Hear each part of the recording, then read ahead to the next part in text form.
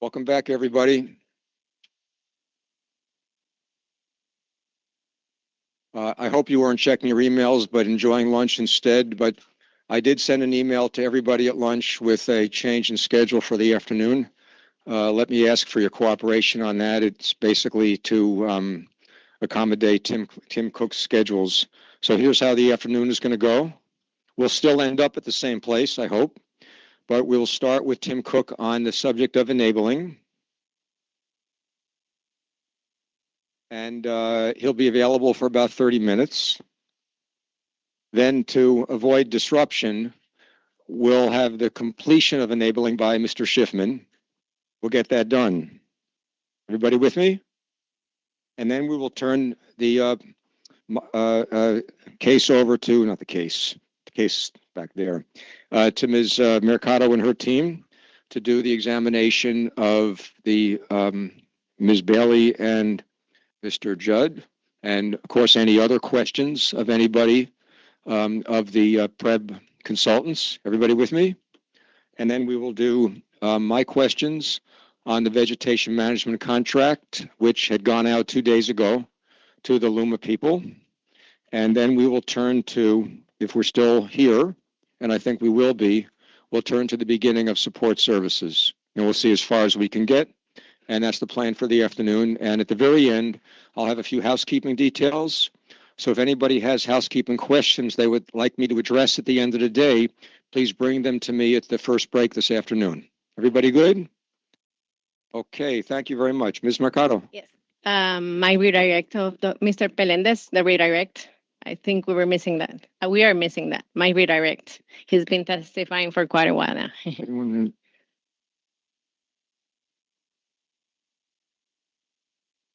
Well, that's going to have to happen after the enabling panel. Okay. If that's okay with you. All right? Yeah, it's okay. Okay, thank you. Let me put that in my list. All right, Mr. Schiffman. Well, no. Mr. Cook, where are you? Let's get you up there and let's, Gerardo, let's get him so he can be seen. All right, and let's hear your audio, please. Introduce yourself. I'm present. This is Tim Cook with Maxetta. Okay, I will be... so 1 second, we can't hear a thing coming out of your mouth, so let's get that fixed. Who's going to bail me out here by going to the screen? And one of you people with an engineering degree, get over there, please.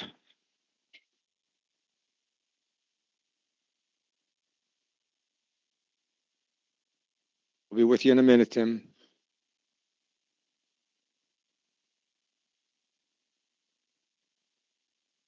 Keep on talking for you guys if you need the audio, if you need the test. Okay, let's hear that one more time, Tim. Okay, testing. Can you unmute? No? All right, can everybody hear okay? You can hear me? Can everybody hear okay? Yeah, we're going to... Oh.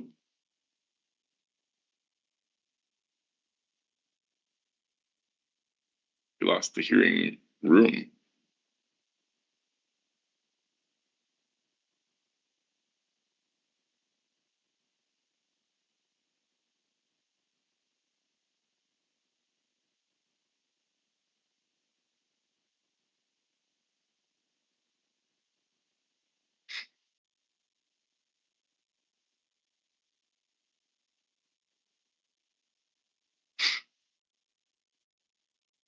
Person that makes possible all of our activities over the last year until we got to this day. Thank you, Gerardo.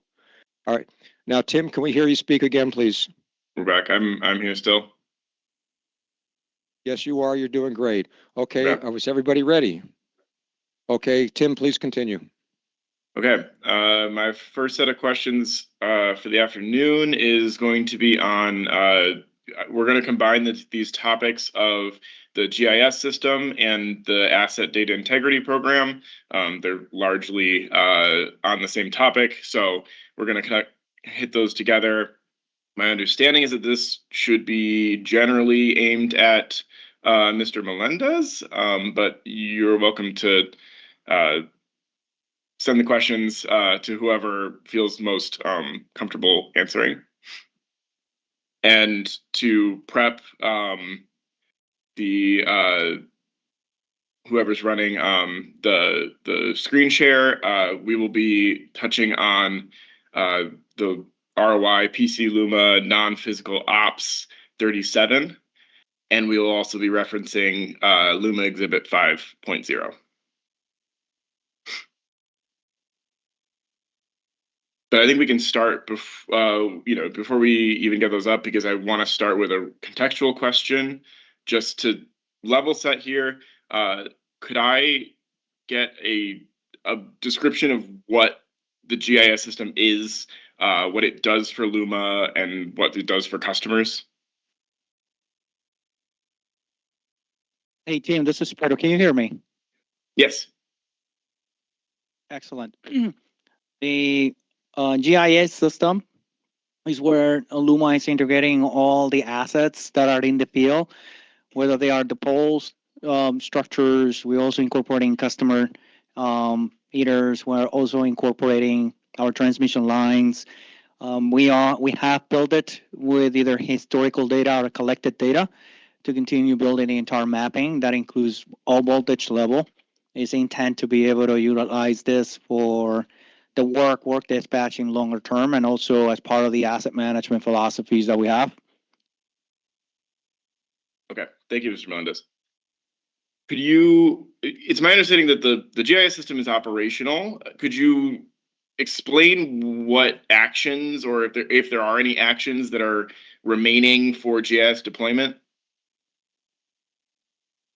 A great question. I think from a deployment of the asset to be functional, that has been completed.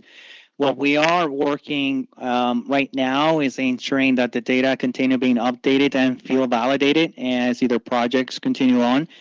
There is also development of processes to ensure the accuracy of the data that we are entering to the system is maintained going forward.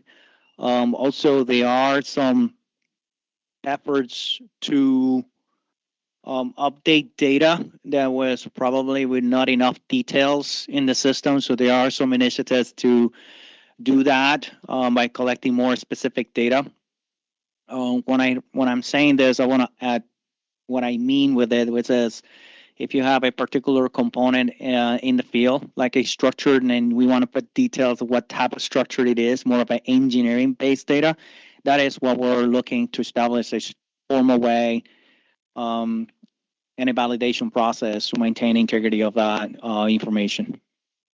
Okay. I might be able to ask this question without having to contextualize with the reference, but my understanding is that there's some integration work that's also happening between the GIS system and the other like operational systems with Luma. Is that correct? That is correct. Can you describe what that means? What integration means in that context? Yes, I can. We are ensuring that the data that is being collected from an assets perspective can help with the connectivity model that we are going to be putting into the EMS. And when I say help, it means that we're going to feed into what we're doing for the distribution system longer term and the advanced distribution management system that is planned as part of the deployment of our energy management control systems. That is one of the key elements of work that remaining. Also, integration with other tools from an asset management perspective are pieces of that. Some of these is done to integration by directional data sharing or ensuring that the data has the mechanisms to go be handed between one tool and the other. Okay. So you would, if I can make sure that my understanding that is correct, the other data system or the other operational systems utilize the data from the GIS system. Is that great? Yeah. Yep.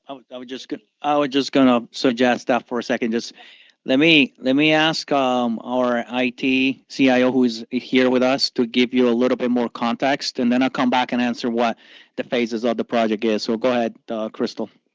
Awesome. Thank you. For the record, my name is Crystal Allen, and I'm the Chief Information Officer here at Luma Energy. So Luma presently leverages two separate GIS ecosystems. We have two different technology stacks, one that is primarily focused on the connectivity model and that side of the house, and that's where we take critical infrastructure assets and make sure that we have them appropriately mapped and documented across the island. That is a very historic legacy type technology ecosystem. Then looking more present state and into the future, we also have another platform that is cloud-based, that is an industry best utilized tool.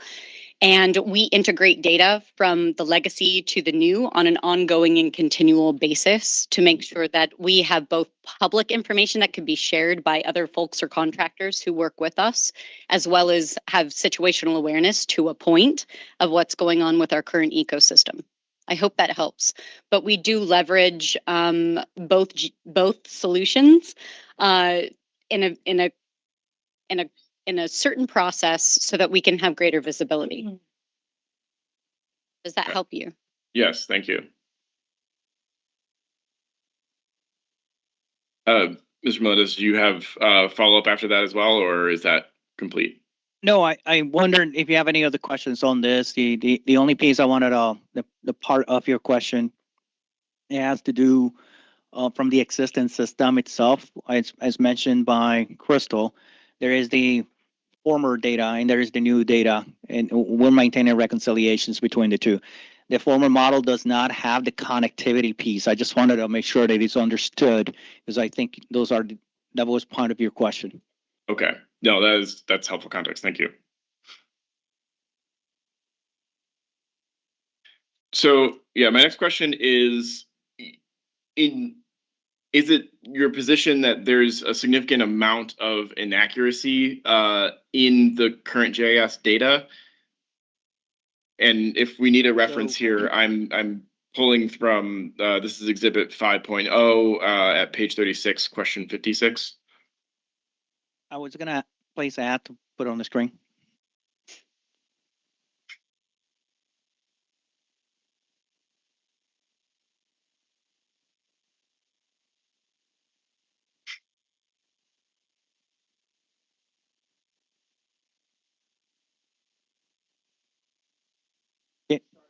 So he needs to ask this specific question. I haven't heard his question. Tim, can you tell us again where is that and your question is, so I could answer it while we go? Oh, the question number is question 56.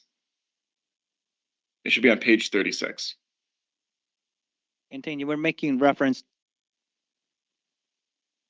Just he started by asking whether there's a significant deficiency in the information that's gathered by the GIS. We don't need the document for that. No, understood. I was just gonna go Yes. back to it, but the answer is there are discrepancies that we're validating, and as we're validating in the new system, right, those are correct. In the old system, they're being validated. So I just want to clarify the differences of the two.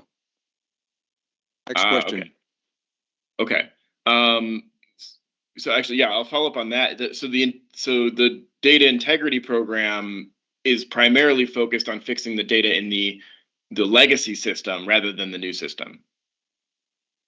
That the opposite. The data integrity is being updated in the new system, and we use that then to ensure that the existing system, when the operations team gets corrected. So we're validating, make sure we're building up. Okay, so yeah, okay, so yeah, so your phrase that it's making sure that the information in the new system is correct.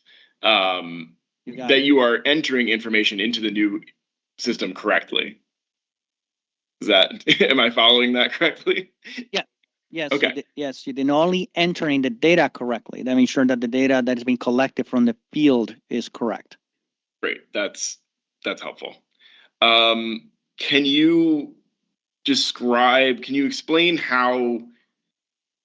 what that impact of inaccuracy in the GIS data, what the impact it has on operations, or can you explain, I'll leave it there. Can you explain the impact of inaccuracies in that GIS data on operations? I would like to defer to ask the operations leader to answer that question for you. Okay. Kevin Bergmeister for Luma here.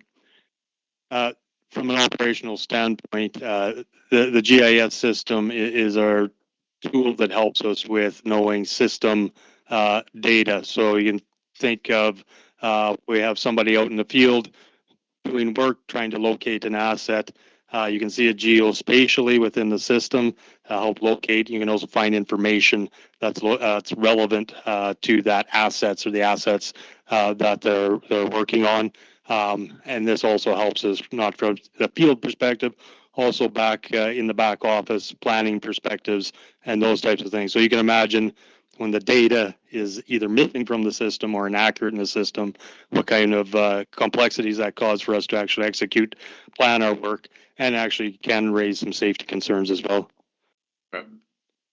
And you would say that the current state of the GIS system is causing these types of operational issues? Can you rephrase your question? I don't think the cost is the data that did not exist, but can you rephrase that for me, please? So if there are current inaccuracies and missing data from the GIS system, is that currently causing operational issues? I'm gonna depart from the premises of what Kevin just mentioning, right? We utilize the information that is there, and the issues are, yes, arising from the inaccuracies, but it's not an impediment to operate the system, if that's what your question is. Okay. No, I think that's a fair answer. Have you quantified any sort of impacts in terms of operational costs of missing and inaccurate data, or reliability impacts from these missing and inaccurate datas?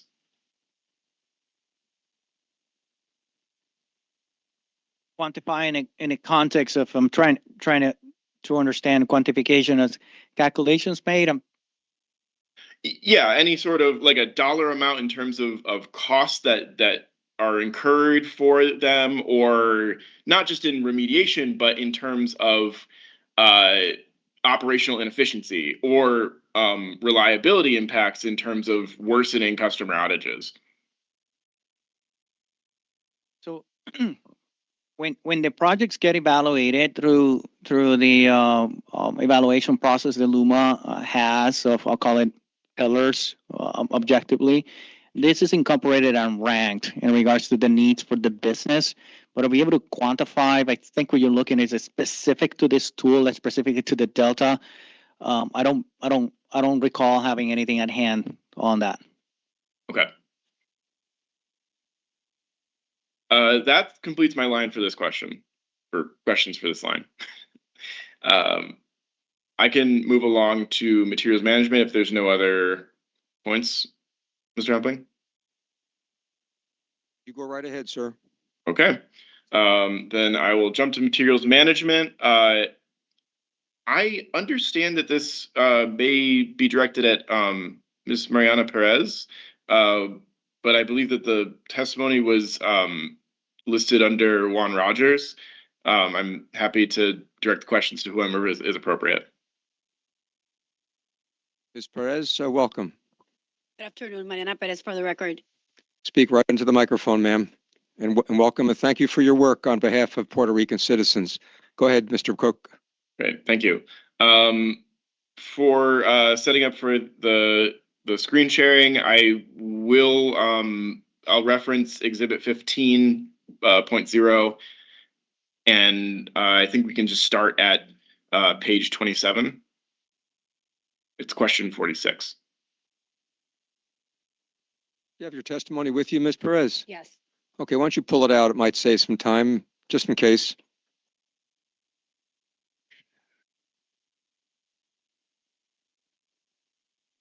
What did you say was the question? Here we go. Number 46. Page 27? Yes.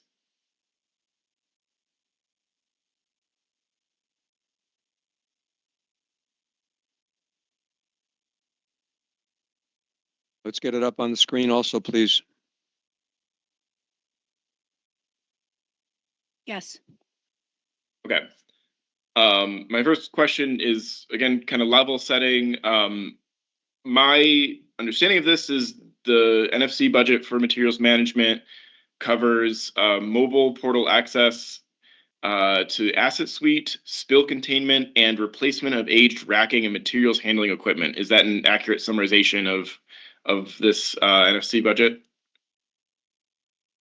It's an accurate summary. We include 5 initiatives, the one related to barcoding system. We also have the acquisition of pallets, loaders, and also oil containment structures. I think you missed those. Right, perfect, thank you. Can I ask you, can you describe what the asset suite is? We have here our chief IT officer, but that's and I can explain that in concept is the platform or system that Luma utilizes for requisitions and materials management.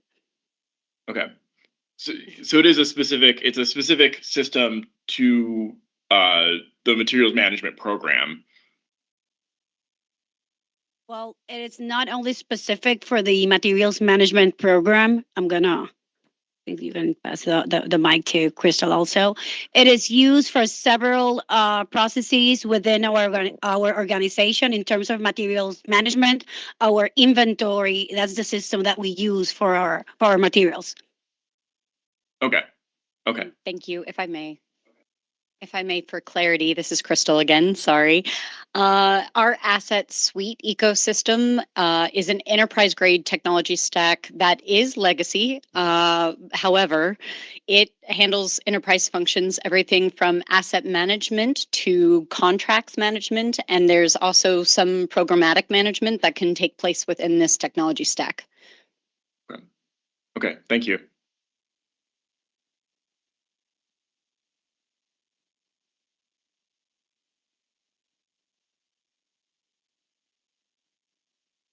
I guess focusing on the portion in this NFC budget of specifically this mobile access to the asset suite, can you explain what is meant by that?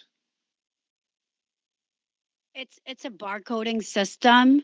It's for us to have the possibility to track in our materials in real time. Okay. And that is specific to the materials management system because it's specifically in the warehouse. Is that correct? Yes.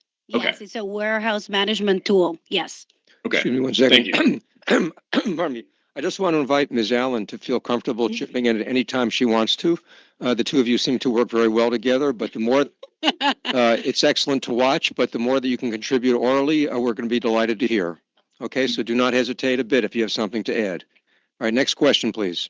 Great. No, I appreciate the clarity. This helps my understanding a lot.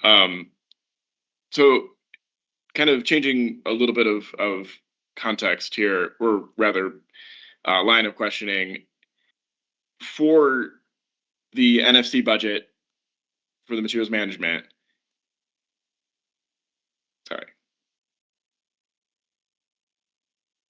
for addressing the NFC budget for materials management, would you characterize all of the expenses in this budget as addressing safety critical and reliability needs?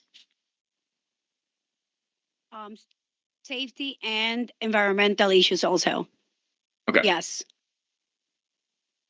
Would you characterize these asset suite upgrades, the barcoding system, would you characterize that as contributing directly to improving reliability and safety? Yes, and also having real-time data about our inventory that will help us better address any emergency or outage. Can you speak more to that? Can you speak more to exactly how that improves reliability? If we know exactly our inventory and in which warehouses we have the materials needed to address a specific outage situation, we will be able to answer more quickly. You mean like reduces tools, response time. spare parts? Yes, we have different warehouses, And of course, not all the warehouses have the same inventory. So if we have a specific operational need to address an emergency and we know specifically where that material is located because we have the real-time data with our barcoding system, the operational team will know exactly where to look at that per part or the equipment they need to restore, to address the specific situation. I gather what you're talking about is something that every modern utility has, and this is part of the whole process of bringing PREPA into the modern day quality 21st century service, 20th century to 21st century service. Is that correct? Yes, that's correct. In other words, there's nothing newfangled No. about this. This is what should be there if you want to be prepared for what goes on around here. Is that correct? Yes, that's correct. Back to you, Tim. Thank you. Thank you. So can we move to page 29, question 49?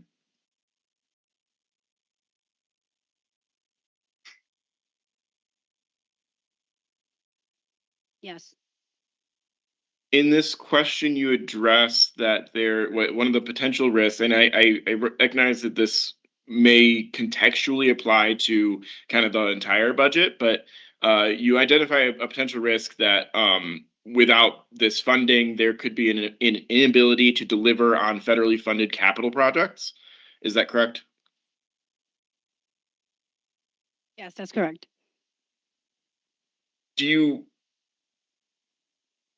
Would you characterize that risk applies to these specifically to these like materials management budgets, the materials management like proposed investments, and does it apply also to this asset suite investment?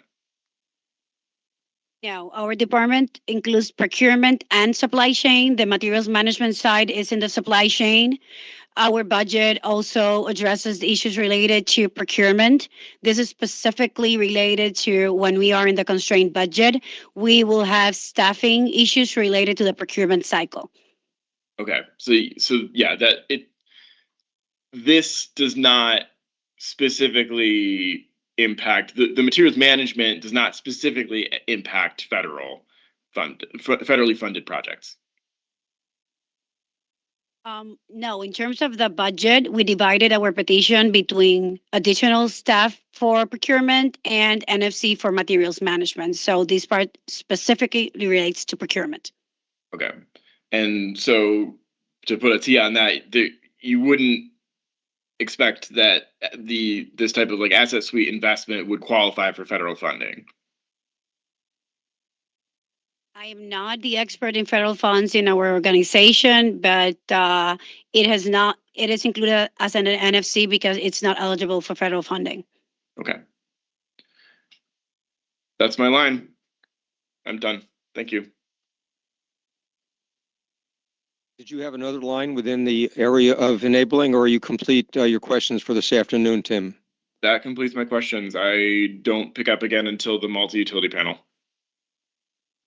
All right, well, we're looking forward to having you somewhere a couple of weeks from now. Have a good weekend and a good afternoon, and we'll continue with Mr. Schiffman. Great. Within the area Sorry of- for having to reschedule. It's no problem. Good afternoon. Thank you. We'll continue with Take Mr. Schiffman. I have one quick follow-up, Ms. Perez. In having quick access, predictable access to tools and spare parts is going to help you carry out functions that are in the federally supported area, correct? It's for the whole correct. company. Is that correct, ma'am? Yes, that's correct. All right. Thank you. Mr. Schiffman. Thank you. I've got a couple of just narrow questions in this area and then one set of questions that focus again on transmission, but it's in this area. The first one is there's a program brief. It's the initials for it are PBHE1. It's health, safety, and environmental quality and technical training.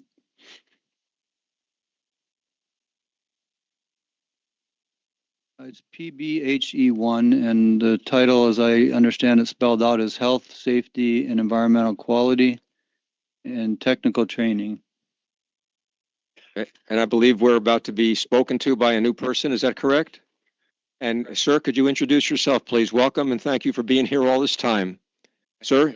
It's Michael Granata. I'm the Senior Vice President for Luma Energy. Well, welcome and thank you for the work that you do for Puerto Rico. Be sure, please, sir, to speak into the microphone.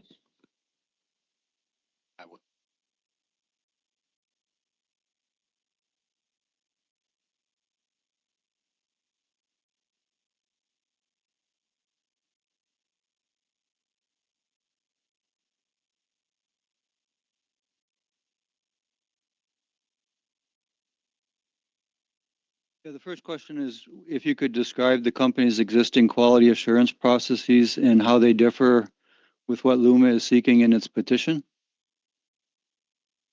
And that's in reference to HSE technical training. Yes.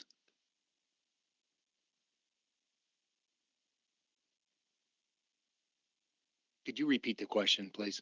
Yes, if you could please describe the company's existing quality assurance processes and how they differ with what you're seeking in this petition, if they differ. So quality assurance, as I understand it, is how are we determining whether or not the training, the technical training is actually effective? Is that me characterizing your question accurately? I believe so. This isn't exactly my question. Well, would you like to restate it then? Your application uses the phrase quality assurance, yes? Yeah.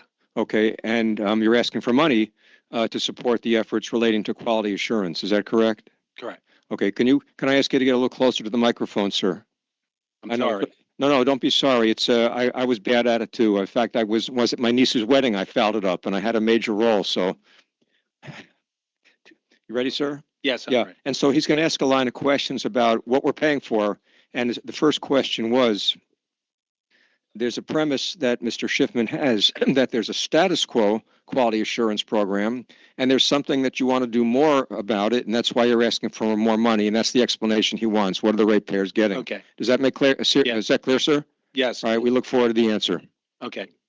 So in the past, we have experienced a number of serious accidents in Luma. And a substantial number of those accidents were in the electrical safety, fundamental utility electrical safety category. And so the quality assurance is that through a compliance program, we will be doing inspections, job site observations, and accident investigation follow-ups, as well as assessments of core skill sets by our journey line personnel. As we have determined their deficiencies in fundamental electrical safety, we've concluded that we need to continue to reinforce basic technical electrical safety and high risk safety procedural training. So the application was then asking for additional funds so that we can continue to be aggressive in addressing and reinforcing these core technical skill sets in our workforce. And does Luma have written quality assurance, quality control plans at the departmental level? Say operations as an example? The operations department has a quality program, and I can defer to Kevin for his perspective. We aggressively look at inspections, and then we segment that into individual skill sets that through the inspection and the job site observations that we're looking for. So we have an expectation of what good looks like. And then we take our safety and health and our supervisory staff, and then we go out and we audit that against what is expected. As we see a erosion of that compliance effort, then that informs us as to how we need to bolster our training. So I don't know if Kevin wants to add anything to that or not. I can add a little bit to that in specifically with operations, where quality becomes important is the way we do our work, and obviously the work that we do, that we're utilizing the right materials and installing them in the right manner. So the two ways we do that in written procedures is work methods and how we do our work, and obviously standards which Mr. Melendez can talk about a little bit more detail. We'll keep, unfortunately, passing the mic down to address this one. But those are the two areas. Now, those are both works in progress. I'll stress we are certainly making great progress and have a lot more in there, but we are still developing in those areas. So just to summarize this, you do have written plans and they're evolving as you, I guess, encounter new safety events or risks. Yes, absolutely. The safety events are certainly a trigger for us maybe to restack the deck on priorities, but we have our priority list as we're working down. Great question, Pedro Melendez. Again, from an execution of construction work, we also we have standards that we're utilizing to follow through. We also have a construction inspections processes that our teammates are following through to ensure contractors that are executing work are actually obeying to or following through the appropriate, whether LUMA rules or appropriate regulations on how the work is done, and informs, again, our business processes. That is also documented. There is also any specific quality, both from a safety and also workmanship perspective, to ensure the work is done, is documented, and follow through. And to Kevin's point, I want to also touch on the standards. We work with the operations team to ensure that the equipment that is purchased or acquired is integratable to the facilities and actually operates, and actually training associated with it is coordinated between the two previous speakers. Thank you. And then can you tell me what the costs are associated with the written quality control, quality assurance plans, and where we could find those in the budget application? There are no line items in that budget that call out that quality control program, not in my budget. So they're included more in an aggregate quantity? So our budget is consists of primarily professional labor. And so we have safety and health, environmental specialists who then are performing functions that are more in a generalist perspective, given the immaturity and of LUMA. And so what we'll be doing is that we'll set up a plan of how we're going to inform ourselves about the strategy to improve our safety and health. And then, as Kevin pointed out, we have work methods, we have job site observations, inspections, we have serious accidents, we have assessments of the work, and then we take that information and then we move resources into the direction of where we see the vulnerability. So a structured plan is based on OSHA compliance first. So we have a training plan. We know what we're expected to do. And then we're flexible enough to understand that as we have what I call hotspots where we are having serious accidents, then we will be flexible enough to move resources in that direction to aggressively address whatever deficiencies we have against our expectations. So. Yeah, thank you. I think you did say in response to an earlier question, though, that you were asking for increased budget. Was that? That's correct. We are. Do you have some guidance on the magnitude of that increase that you're asking for? I believe that we had asked for, I think it was,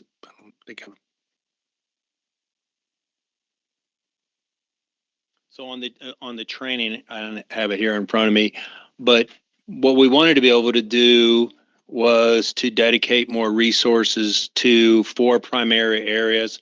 They're all core utility. So we wanted to be able to dedicate more resources.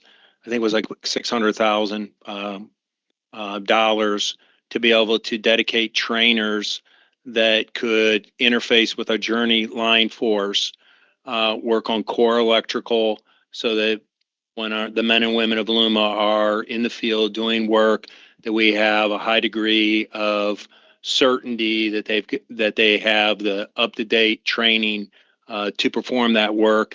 Then we did identify that we've got a number of employees that are working alone, and we wanted to address that and make sure that they have the skill sets, working at heights, making sure that people understand the risk associated with falls from higher elevations. So those are the kind of things that we have asked for additional funds so that we can get ahead of these areas as well as keep the other compliance items at an acceptable level. Okay, thank you. The next set of questions I think will be quite brief. It's on program brief PBC P4, and it's the title P4, and it's called Project Management Software and Tools. Well, the question really is more specific. We could go to Exhibit 2.05, the spreadsheet that we've been talking about, because the real question is that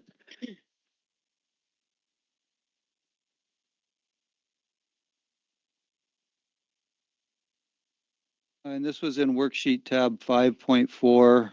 It's called Improved IMP Plan Summary.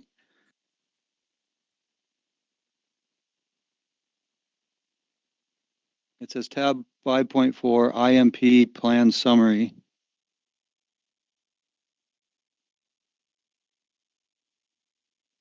I think the worksheet is to the right of where we've been looking for the most part. But the basic question is, we don't see any costs on the line where this is reported. So just trying to understand or confirm that there are no costs associated with this, or get an understanding of if there are costs, if they're subsumed within a different category. This was on Excel line 45.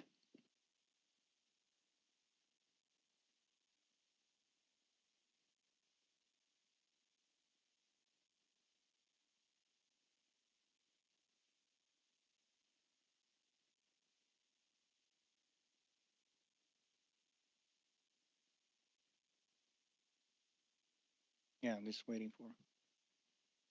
Can you please direct again what line it is to make sure we? It's Excel line number 45, so not the numbered line in the column, but the Excel line itself.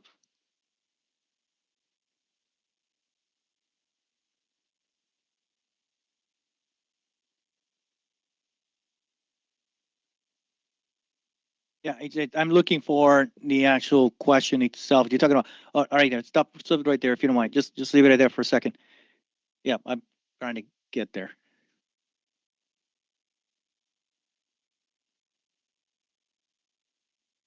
Project management softwares and tools, is that the line item, sir? Yeah. So there are no costs that are being planned, right? These are line items that always existed in previous years. So no, there's no plan specific for the federal funding on that. I'm sorry, for the ratepayers funding. All right, thank you. Then the last line of questioning in this area is the program brief is PBUT1. It's for compliance and studies.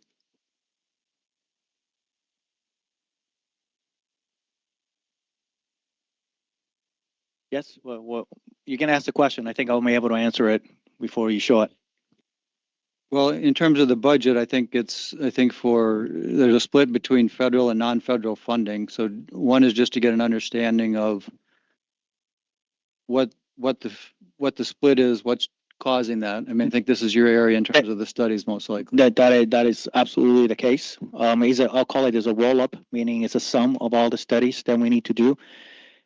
I elaborated on that just to make it simpler. The planning organization has to do these planning studies, whether they are related to compliance with law or capacity studies or engineering study support or the FEMA funds. So that's why you see, they'll call it two buckets. One is for the non-federal. We discussed that at length on several conversations. And the other piece is related to the federal projects that we need to do studies. Okay, thank you. Then I wanted to talk just a little bit more specifically. We have talked, several times, I guess, about what I would characterize as transmission planning studies. But, the Bureau did direct you in the PSP order to file a formal transmission plan by, I believe, April 2026. Does that sound familiar? That is correct. And could you kind of describe a little bit in detail the scope of what that study will include? That's the April 2026? Yeah, the formal transmission plan that presumably is working on. So I'm going to make reference to this morning's conversation to simplify it. A lot of the things that I discussed this morning are going to be the ones that we'll include. We want capacity analysis, all the dynamic studies, all the things that I went through that will drive what are the needs of the entire system for the overall, for the entirety of it, and then determine a long-term investment plan. I think a couple of times on the dynamic studies, you said that you needed to get data. Can you elaborate on a little bit on what data you're missing to complete those studies? The dynamic studies necessitate information related to the generators themselves, on how they're operating in regards to technical data, field, how they are operating, how they respond, ramp rates specifically, because these units have been modified multiple times, so they're not at nameplate. So that is the data I'm making reference to. Some of these data will have to be tested. You have to do testing. You have to take the units offline to be able to do it. So we're in coordination with Genera to ensure we get that data. If that data is not available, then we have been working with several technical advisors and experts to make sure that we can fulfill the order, recognizing that limitation. So, I mean, you said you're in coordination with Genera. So where does that process stand? Because we're, I guess, 5.5 months out from the study being due, and dynamic studies take time. So kind of where are we at with that process, was filling in those data gaps? So we have covered some of the data. We don't have all the data associated with it. That does not mean we cannot begin studies or be prepared with studies associated with it. At some point, we're going to actually proceed to make sure that we can fulfill the order, and that probably in the near term. But we've continued working with them. Some of these data, as I mentioned, will require the units to be offline based on the current situation of our system. That might not be prudent because we don't have enough generation capacity available to take it offline for several days and be able to do a full study. So I respect that complication that we're having, but we still can proceed with the remaining data. So in that case, you would make it some kind of an assumption or some kind of a quantitative model to fill in for those data. Which is what we're working on, to ensure that we have that technical support to be able to determine, okay, from a science perspective, what should we use to ensure we can get appropriate results. And then the type of study we talked about this morning with the, doing a dynamic type study to identify, I guess, I talked about battery energy storage systems. You talked about, other technologies as well, but essentially investments that could be made in lieu of transmission, but to help with the renewable integration. Would it be fair to expect that those studies will be provided in this transmission plan? That the analysis will be completed. The answer will be fair to say that, yes.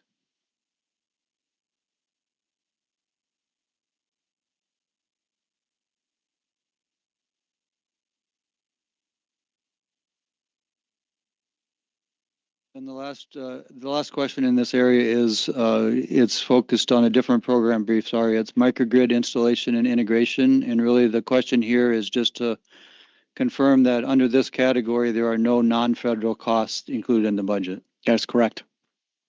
That concludes my questions. With enabling.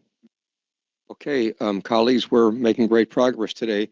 So that's the end of the consultants' questions on enabling. I should ask if there's any cross-examination on the topic of enabling. Excuse me. Any cross-examination on the topic of enabling? Okay. I have some sir. questions. Please. Yes, sir. I'm going to Mariana Perez. Is that her name? Ms. Perez.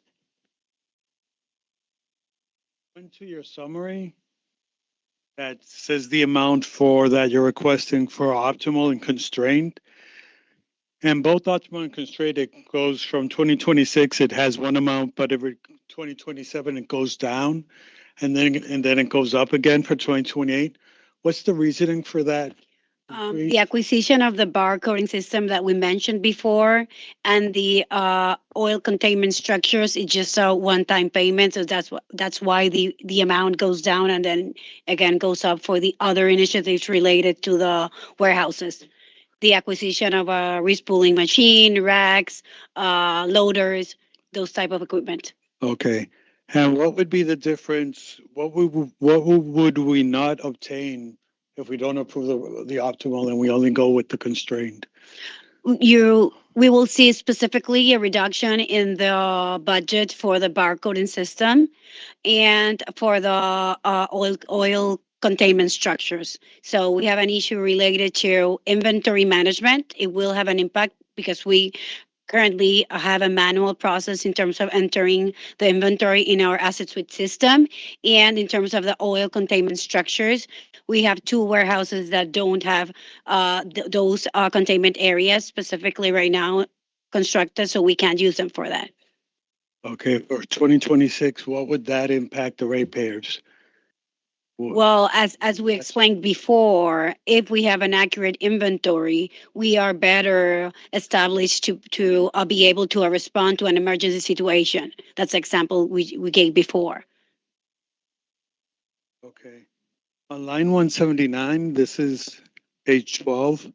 It says private and public procurement.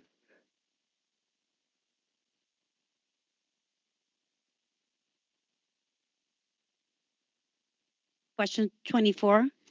No, line item 179, page 12.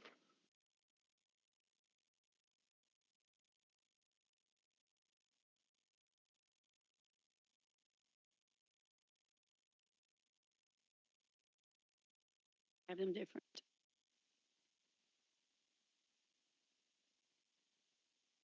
That's pretty simple. I just want to know what you mean by private procurement. Because I know it's either federally funded or ratepayers.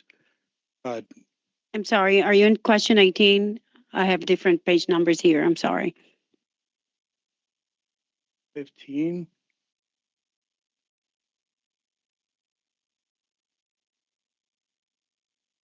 I don't recall using it. That's why I'm trying to identify specifically. Different witness. Who's 15? Who's 15? It's not exhibit 15.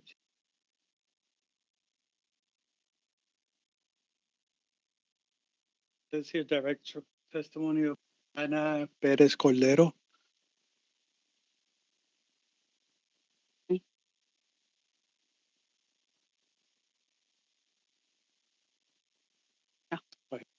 I have it here. She's ready. Question Okay, 19. line item 179, it says public and private procurement. What's private procurement? Well, it should have read federally or non-federally funded procurement processes. Okay, thank you. My question is, when you do procurement, I know, do all your contracts go to the controller's process? To the OCPR, if it's a contract that's funded with OM or federal funds, yes, it's registered in the Office of the Comptroller. What projects would not be funded by OM or federal funds that wouldn't go to the controller's office? Procurement process related to managed co, or not specifically related to Luma services. Okay, but all So it's the, not in terms of projects, if that's the question, that are paid through OM or federal funds, they all have to be registered in the OCPR. okay, so we can basically say to the public that all the contracts are going to be public They are documents. right now. They are Yes. right now. Okay. Do you have, when you do the contracts, I know you have a contracts division, does your team have to comply with the mandatory contract clauses of the government? Yes, that's correct. Okay, does your team have to comply with the government ethics seminars or? Well, we don't have a requirement in Luma to file, if you're asking the financial reports or to go through all the ethic requirements that the government employees have. No, if that's the question, the answer is no. But we do have an internal ethics guide that, of course, all our employees have to comply with. So the microphone now is being passed to a new person. And sir, would you introduce yourself, please? Thank you. Good afternoon to all. Can you hear me? Yes, sir. We're very well. Yes, for the record, I'm Angel Roger Sabat. I'm the Chief Legal and Compliance Officer of Luma Energy. Oh, Not only the contracts division, which is adscribed to the procurement and supply chain department, it's in charge of precisely that all the contracts comply, all the contracts that result from competitive events comply with OCPR regulations as well as Puerto Rico law regarding government contracting, but also those attorneys as well as my attorneys on the legal department do participate in seminars with the OCPR, not only for precisely whenever it's involving federal funds as well as Commonwealth funds, public funds, that we will comply with the overview of those contractual provisions. And by the way, we do also have an internal audit office, which has excellent relationship with the OCPR. And we also in compliance, my other division, my other department, we are engaged also in orientation to all of our employees to follow ethics principles in Puerto Rico law.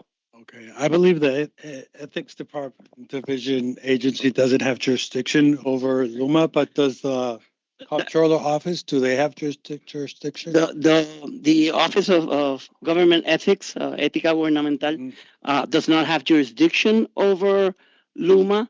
However, we do receive RFIs from the office, and we do comply with them and assist them in their investigations, which are private under law.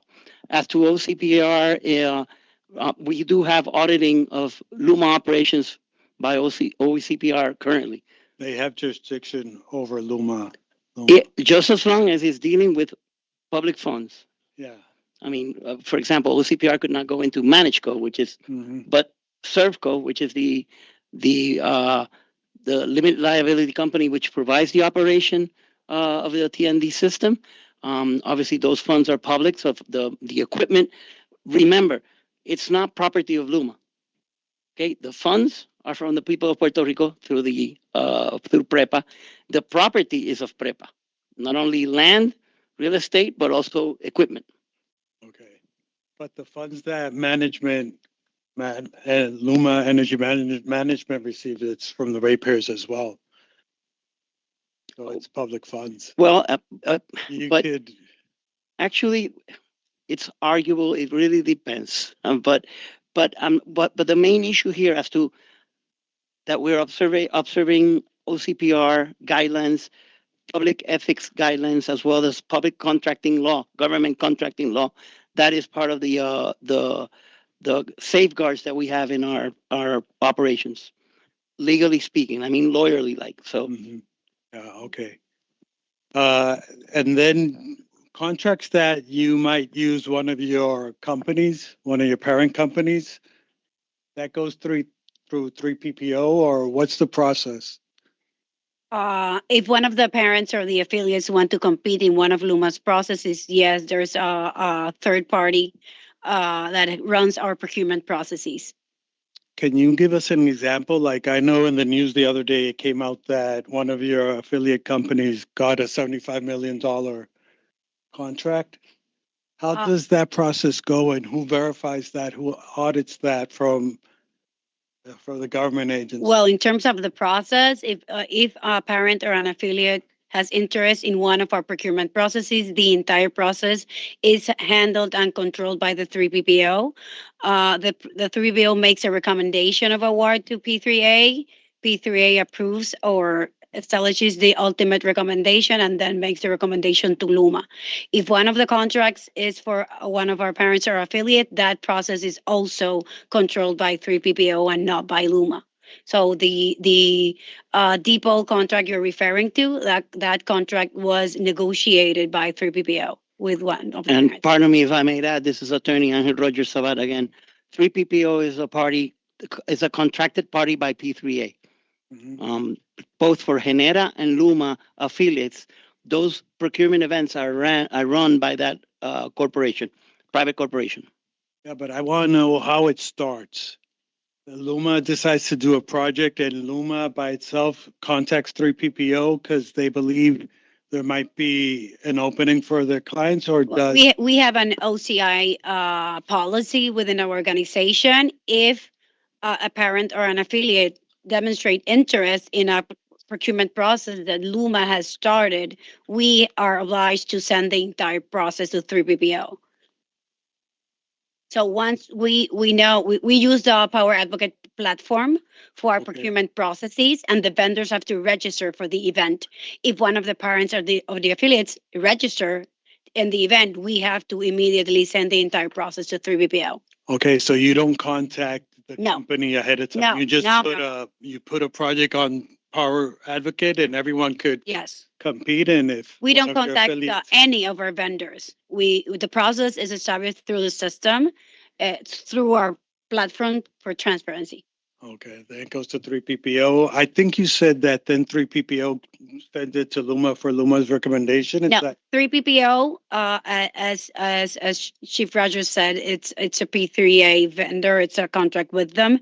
So 3PPO sends the recommendation to P3A, okay? and P3A then sends to Luma. If one of the parents or the affiliates are included in the award recommendation, the names are redacted.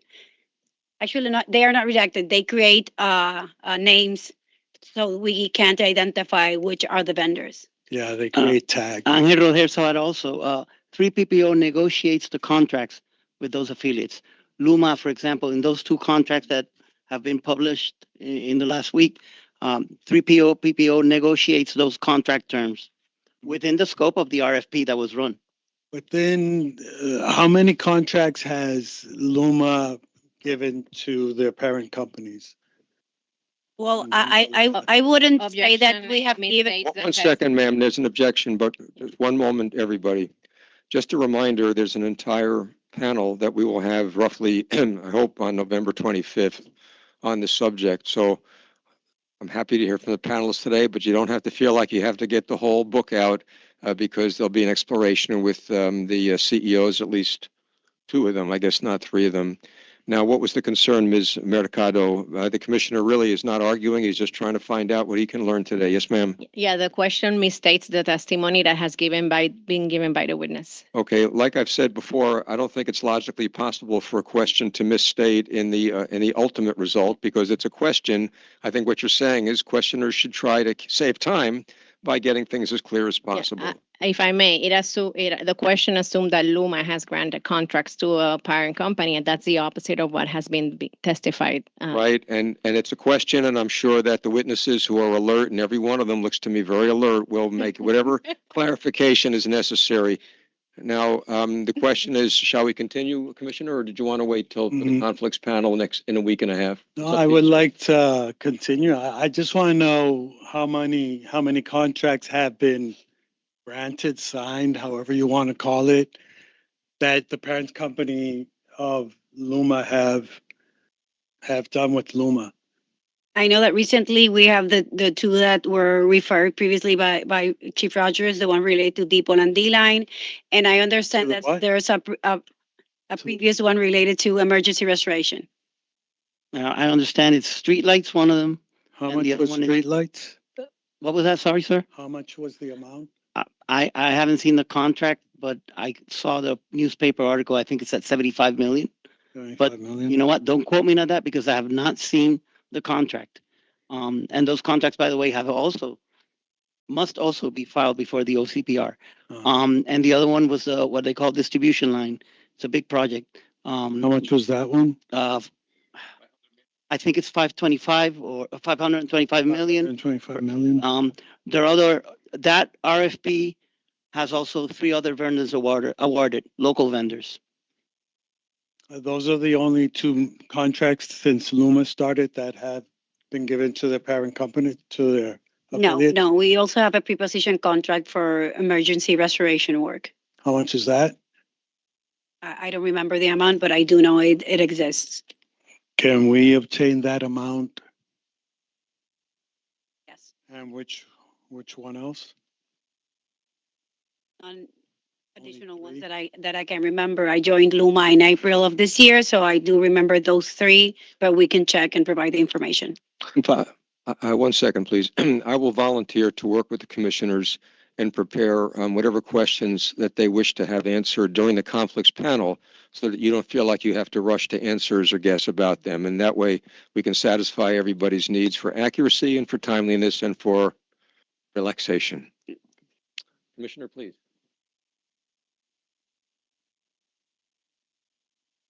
Okay, that's it. Thank you. Commissioner Huerta has a question. I just have a question for quality assurance. I know there were problems before Luma or when Luma took operation, that there were lack of documentation for every procedures, and I want to know how that is now today. What is the status of the documentation of the procedures The for safety and health training, for workflow? There were lack of documentation and everything for continuance of business. Like if somebody comes here and do another job, like for example in an office, so or a training, are they documented? All the procedures are documented, or you are in, or that documentation is in progress? I cannot assure you that all the procedures are documented, but we have made tremendous progress in taking care of the people in Puerto Rico and the people that work for Luma and our contract partners. So we have been very aggressive in making sure that we're setting expectations that are in writing. We're training folks. We're watching them very closely to make sure that they're actually developing the right habits that are going to get them home at the end of the day. So I would say we are doing a fantastic job with the people that are here serving the customers of Puerto Rico. So I'm very encouraged. Just one point, we had a number of serious electrical contacts, arc flashes in the previous couple of years. And I think we've had one electrical contact in the last 18 months. And we've had one arc flash. Now, is that perfect? No. But we did not have anybody killed. We have been able to identify the gaps, and those gaps were not in training and they were not in procedures. They were just what I call drifting away from the core habits. And this goes back to the earlier question about the program brief, why investing in training for our employees is so important. People are going to get the skill sets that they need, and over time, their bad habits are going to come back in. And so we always have to be pushing hard to reinforce and renew those habits. So the short answer is yes, we are working very hard. Are we all the way there yet? No. Will we ever be there? No, we won't ever be there, because every day taking care of our people, it's a new day, it's a new job, it's a new challenge.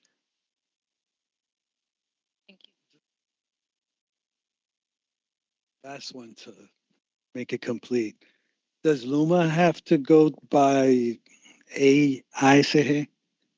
I don't know how to say that in English. Huh? Yeah, do you have to also go through that process? No? Okay. All right, that's all. So like, if I may, I would like to add to your question in regards to, he spoke a lot on the safety and operational aspects of it. We have developed a lot of processes in relation to the work. I think you asked that question about the workflows and all these things. Yes, there is a significant effort on it. We're maturing. We actually have dedicated resources to ensure our processes are maturing, and they're also implemented using technology. So there's a maturity. We're not fully functional in all the areas, but we have significantly, particularly on the processing of federal funds and also execution of work. But is that a project, or is that every program have to have the written procedures, in charge of the written procedures, or is that another division? Or So I'll answer the how question. did you progress on that? Yeah, that's a great question. So I'm gonna break it down in hierarchically. So we have the policies, as it's mentioned, you have the processes, and then you have the test procedures. So the part of the processes we're doing very well. The part of the policy, the procedures part of getting in the hands of our employees to ensure everybody follows procedure is when we still need to continue working to mature, to do more of. In the dash procedure specific task there are some departments that have a lot of specific tasks. There are departments that do not. So not all areas in the organization are at the same level, but from a policy perspective, on the policies and expectations, they are complete. The processes that interconnect between departments, they are complete. The procedures for the individuals to do the work, but I think that's what's part of your questions. Some departments have done more than others in regards to how that is evolving. So every program or department are in charge of their own No. procedure. We actually have and I can let you answer a little bit on that. It's depend on what type of work we're referring to, right? Because I don't want you to think that we have multiple departments. That is not the case. We do have some level of governance.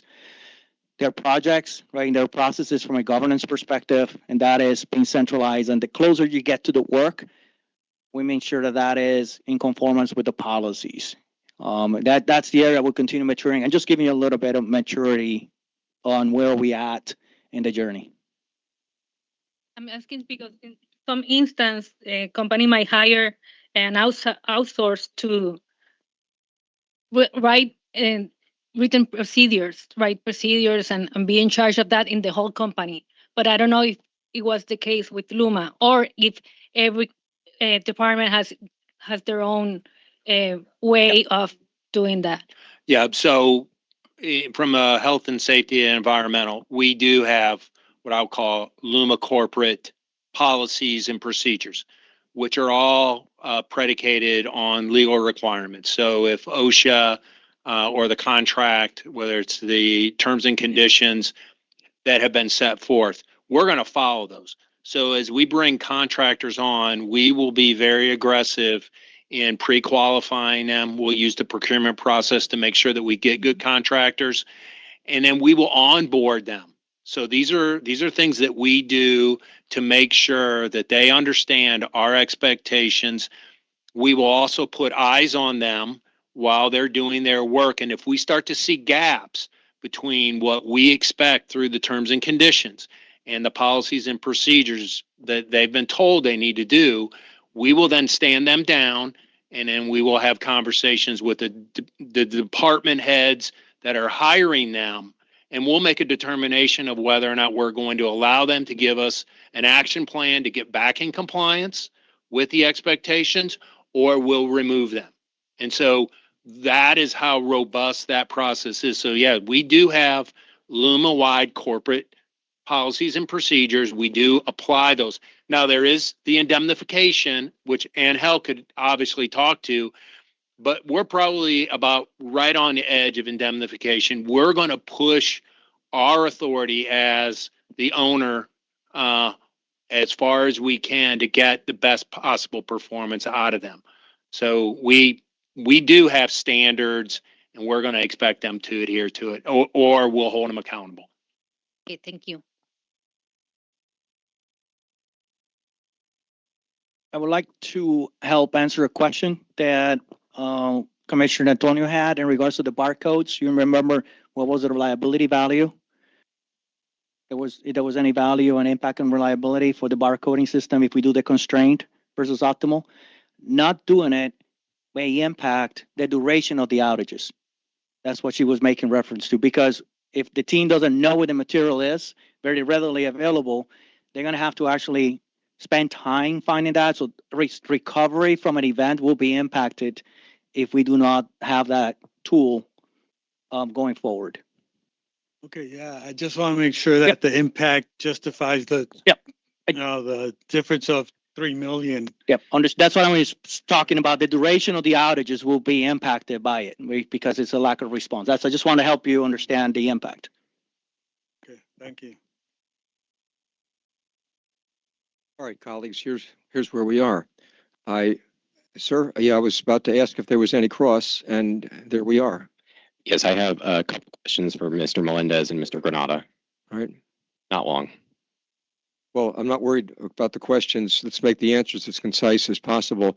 I do want to make a comment about the answers. I was struck by the last answer that Mr. Granada gave and how factual it was. There wasn't a lot of self-praise. There wasn't a lot of we're doing the best we can. It was here are the steps that we take. Here are the verbs and here are the nouns. And the more that we get from the witnesses and the less sense of defensiveness and self-praise, the more that we're going to learn. So I wanted to appreciate what Mr. Granada had done. And also the very last answer that Mr. Melendez gave was similarly factual. And that's what can end up in a commission order is the factual, not we have faith in Luma because they have faith in themselves. That can't go into an order and get upheld on appeal. You're smiling, but you don't know. After 45 years, I hear from utilities all the time. Again, Mr. Granada and Mr. Melendez, in your very last set of comments, congratulations. Exactly what we're looking for. Mr. Brady, please continue. Thank you. For the record, Corey Brady, Weil, Gotchel, and Manges, speaking on behalf of the bondholder interveners. Good afternoon to Mr. Granada. Do you recall when Mr. Schiffman asked you about the costs associated with quality control plans? I do remember. And in your answer, you referred to the immaturity of Luma in general. Do you recall that? I do recall that. When did you start working at Luma? August 5th of 2024. Okay, so relatively recently. Were you aware that Luma's front-end transition period started in June of 2020? I am aware of that, yes. And as we sit here today, that was approximately 5.5 years ago, right? Yes. And Luma took over formal operation of the grid a year later in June of 2021. Were you aware of that? I was not aware of that. So Luma has been operating the system for approximately 4.5 years, right? That's correct, yes. But you think it's still an immature organization after that time? Yes. Okay, thank you. And then you also mentioned later on an arc flash. Is that when electricity travels from one point to another where it's not supposed to travel, essentially? Or what is it?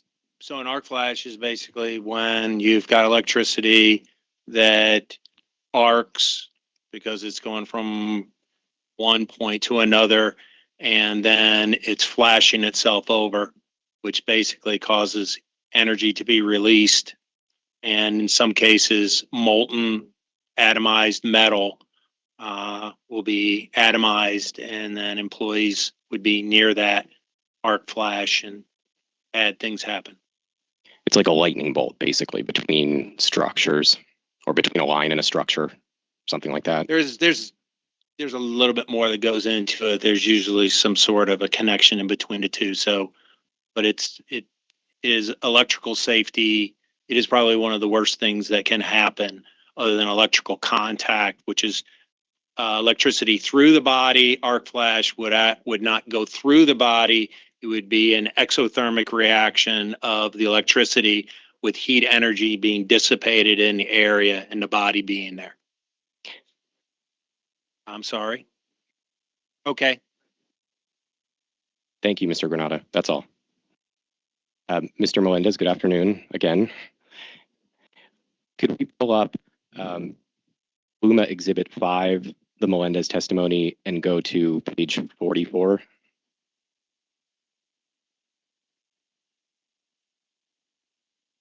Continue with the question while we're calling it up and see where we get, please. Okay, thanks. It's a table, by the way, if that's helpful finding it. Table 5. Table 5. So we were talking about the asset data, or you were talking about the asset data integrity program brief earlier, right? Yes. And there was a discussion that part of that involves barcoding, right? There was a discussion that my peer spoke. And that's basically like on this computer, putting a barcode on it so that you can track it. Yes. Okay. Do we have that table up? We don't. It's table 5. Search for table. Luma Exhibit 5, page 44, line 914. Right, page 44.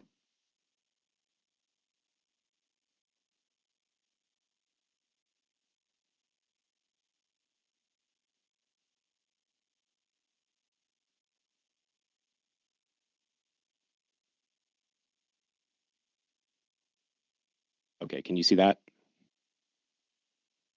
We may need to zoom in a little bit. Yeah, thank you. Thank you. Yes, Zoom in, please. proceed with your question. Even a little more, maybe. I think you can zoom in. I see blank Question? space. Okay. Do you see that last line that says PBUT 27 asset data integrity? Yeah. Okay, so the total amount being requested in the optimal budget for this program brief is $15 million from ratepayers, right? For 3 years, yes. Do you know how much of that $15 million from ratepayers is attributable to barcoding? I will say the barcoding was in relation to the procurement team, not to my team. So none of that is actually from that. Okay. That is for everything else that I spoke. Ms. Perez, do you have an answer? In terms of that, what the chief said, that the barcoding system is included in the materials management budget, NFC, not in the capital improvements budget. Okay, so do you know what the total NFC number is for that? For the optimal budget, it will be 1.5. Per year or total? It's a one-shot deal, as I explained. That's why we have a decrease in the 2027 budget for the materials management. Okay, so the program is implemented and there's no ongoing cost ever associated with it? No, from the materials management side, no. Don't you have to barcode new things as they're brought in or procured? There may be related in the IT or system side, but in terms of the acquisition of the system, it's a one-shot deal. Okay, so across departments, what's the total all-in NFC cost? Do you know that?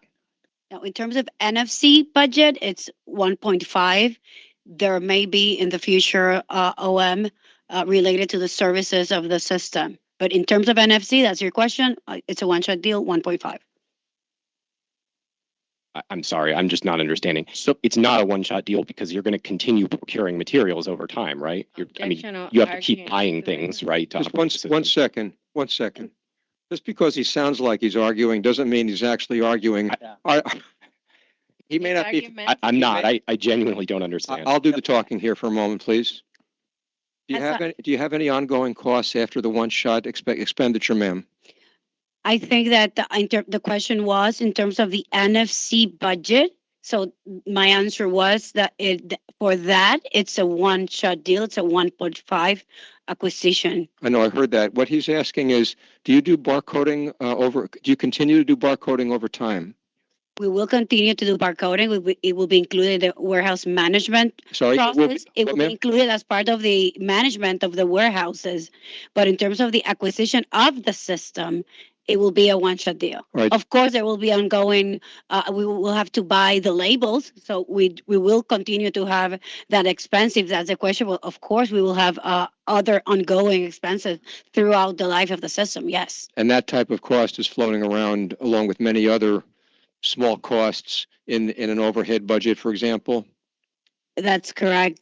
Okay. It will be included as part of the materials and the other expenses that are part of the budget of the department. All right. I think you've answered the question that he had. Let's see if he has a follow-up question. No, I understand now. Thank you. Anything else, Mr. Brady? That's all. All right. Thank you very much. All right. Let's review where we are and let's look at the clock and make a few decisions together. First of all, thank you for the progress this afternoon. Ma'am, you look like you were about to receive a microphone, and I was not given the opportunity. Was there something that you were going to add to the, and please introduce yourself, ma'am. Hi, thank you. I'm Yvonne Gomez. I'm Chief People Officer, and I was just going to make a comment about her question. That's Commissioner Ugarte. Oh, sorry, I don't have my glasses, so I can't see. I was just going to clarify what we're doing in terms of documenting our processes. So we are currently managing a project. We've identified areas of priority and critical processes, and we are reviewing the documentation that we have of those critical processes that touch on different departments. And we are just revising that, making sure that we have that, and then taking them down a couple of levels. So that is and this the answer that I was looking for.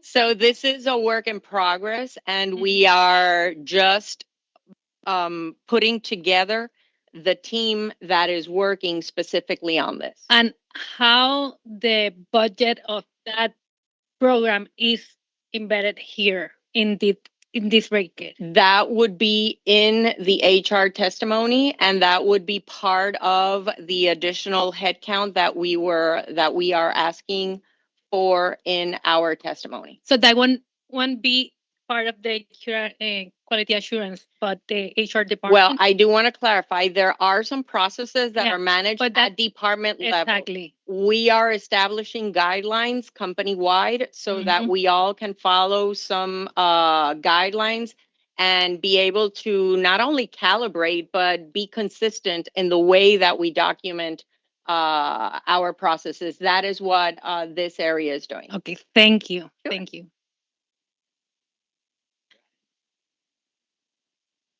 Second time, thank you. Let's review where we are and make a few decisions. So what's left for today, according to the plan, is the redirect of Mr. Melendez, correct? Yes. And the any cross-examination of Ms. Bailey and Mr. Judd, and the questions relating to of Mr. Burgermeister by me of the veg management contract. And I insist that we get that done today, and I'm sure that we will.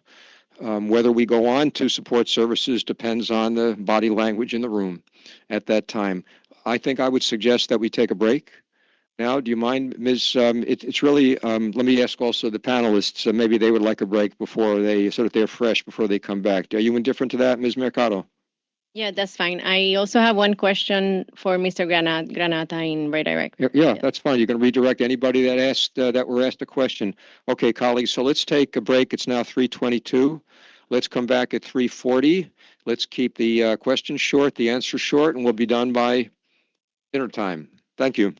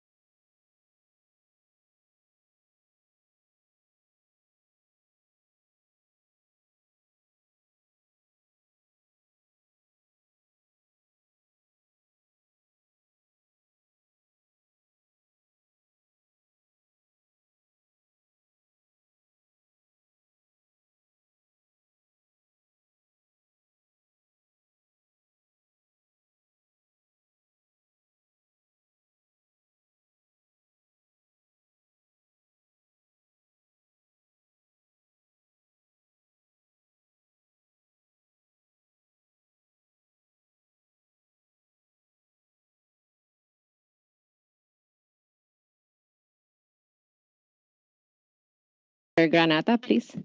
If you have the microphone.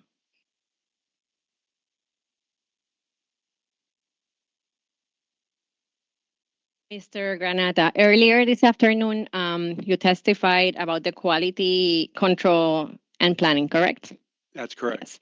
And you mentioned you made a reference to Luma being an immature organization. Can you explain what you meant by that? Yes, I can. So there's a couple criteria that I used for my assessment on that. First of all, it would be my experience.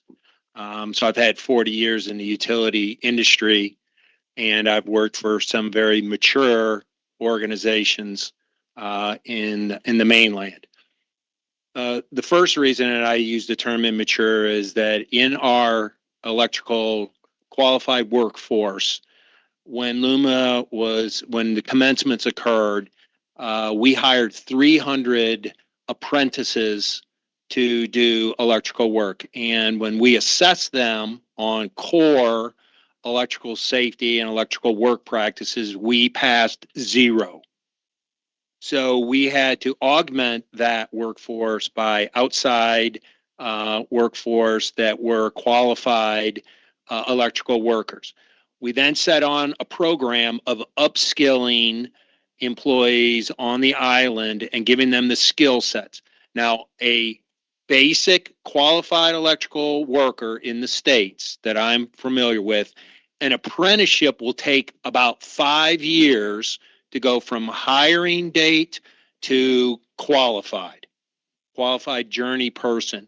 And then after that 5th year, about the 5th year, some can go faster, some a little slower. After that 5th year, you will begin to gain experience in what you're doing. So the immaturity comment is that we are 4.5 years in since commencement, but our workforce is really just starting to get their legs under them as far as electrical safety. So I see that as immaturity because they do not have the experience, they do not have the right habits, and we do see drift from the expectation through violations and the accidents we have. The second point I would make is that the supervision for those employees are also learning how to hold people accountable. They're learning what the safety-related work practices are and the kind of coaching that's necessary to keep people safe on a day in and day out basis. So my experience, the workforce, and the supervision all formulate my assessment of immaturity. Are there any costs in your proposed budget for the HSE department related to what you have just stated regarding the maturity of the organization? Yes, the cost of the program brief to continue to upskill through the health and safety programs that I mentioned earlier, the line assessment, the working alone, the switching, all these programs are targeted at making sure that the behavioral patterns meet the expectations that we've set forth, as well as the behavioral patterns of supervision to be able to reinforce and identify those kind of gaps so that people don't get hurt. Of course, then in our budget, also we have safety professionals, safety and health professionals who are deployed into the field to interface with the crews and the individuals doing electrical safety work. Through those interfaces, inspections, auditing, and critique of the work that they're doing, we're then giving them active feedback on how they're doing against expectations, and then that interface will improve the execution and prevent harm. Thank you. No more questions to this witness. I will move to Mr. Pedro Melendez. It's been quite a while since you've been testifying. I have a few questions, but I know I may be taking you back to some conversations in the morning. You've been asked throughout the day about upgrades to the transmission system, correct? Yes. And you were asked questions about those upgrades with regards to integration of renewable generation, correct? Yes. Correct. Could you describe whether the NFC spend that you have been describing today is limited to upgrades relating to those integration of renewables to the transmission system? It's important to understand that there's a lot of out of service equipment that were some of the assets that I make reference to that will facilitate the integration of these resources. That's the majority of NFC. We have been talking about how urgent that is for my stabilization of the system. That's the biggest portion on the transmission side, and also lines that are out of service because of damage in Maria are also included in the actual NFC budget. You mentioned stabilization. Could you explain which customers are benefited from those upgrades for stabilization? All. And same for the out of service lines. All. Which customers benefit? All. Okay. You were also asked about designs for the transmission system with regards to renewable, for example, ring bus and breaker and a half. Correct. Yes. Are those designs benefit only the integration of renewables, or are there other benefits if those designs are implemented? There's all customers who benefit from this, and there are other benefits more than just the renewable integration. Is there a benefit for reliability? Yes. Could you explain? In the last example I provided, they mentioned about access to energy, right? And be able to transport energy to point A to point B. That's what transmission system does. So when you're actually able to build a system with that configuration, you're enabling that diversity of path, I'll say, or different avenues to get that energy to all customers across the island when we're talking about the transmission system. Okay. This morning, was also discussion for the report, EC Exhibit 63, which is authored by Ms. Bailey and Mr. Judd, on transmission planning. You're familiar with that report, correct? Yes, I am. Correct. Could you explain your position generally regarding their proposals on transmission planning? I don't mind this question because I want to learn from the witness. I don't consider it, frankly, sort of technically. You don't have to defend it to technically redirect, but go ahead and answer the question. We'd like to have your views on the report. Can you repeat the question, please? Yeah. What'd you think of their report? Oh, the report contains valuable information in regards to doing what I call holistic planning of the entire system, ensure all resources are integrated. I think it has a lot of valuable information in it, and informs very good decisions in regards to what we should be doing.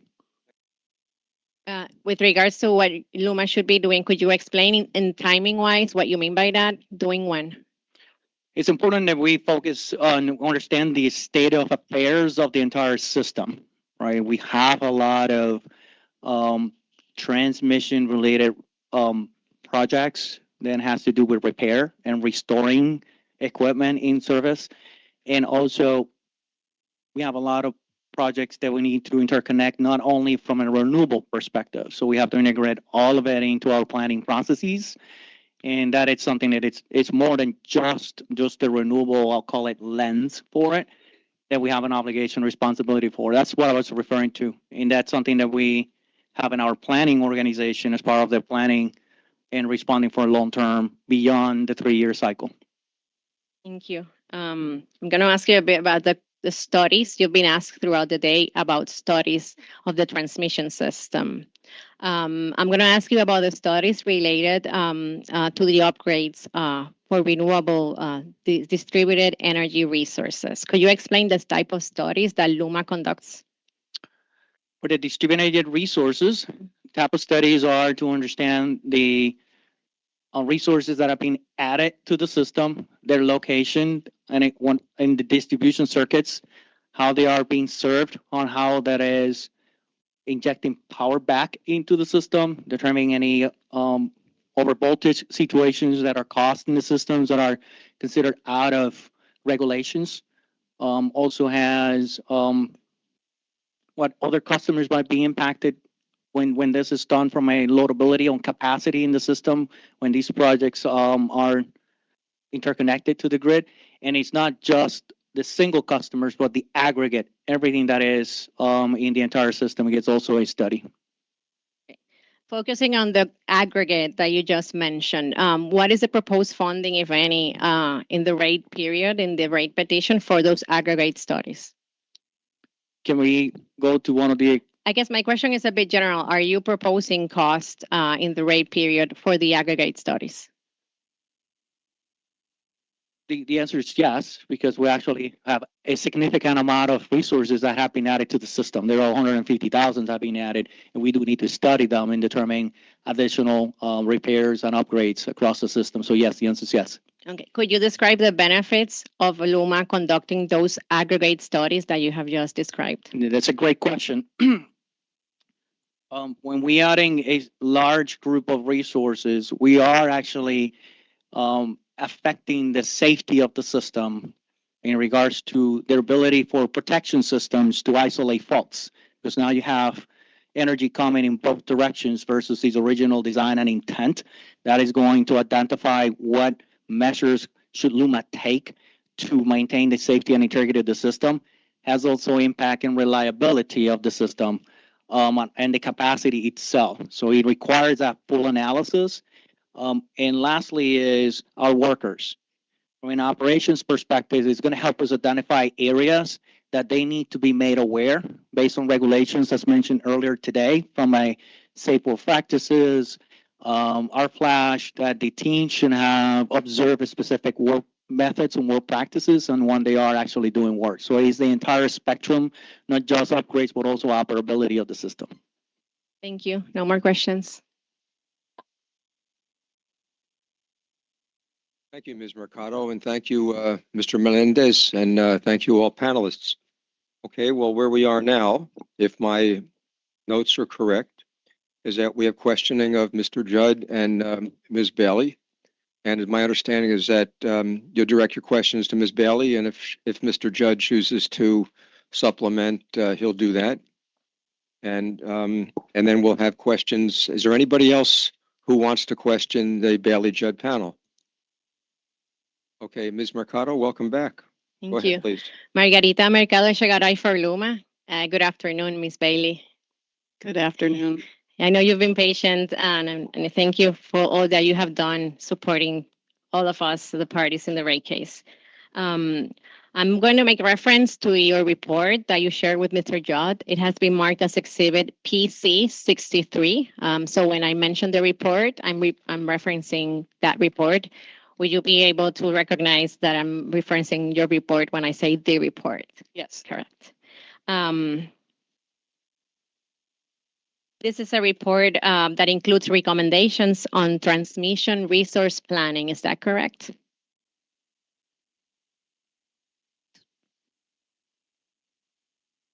Among other things, yes. Yeah, also on battery storage, correct?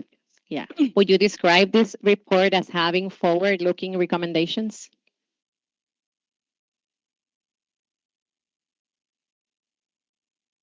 The report, I think, is relevant now as we are setting rates and just and reasonable rates for the future. Okay. Do you have a proposal in the report regarding rate design? No. And you do not have in the report any recommendation to increase the revenue requirement proposed by Luma, correct? Correct.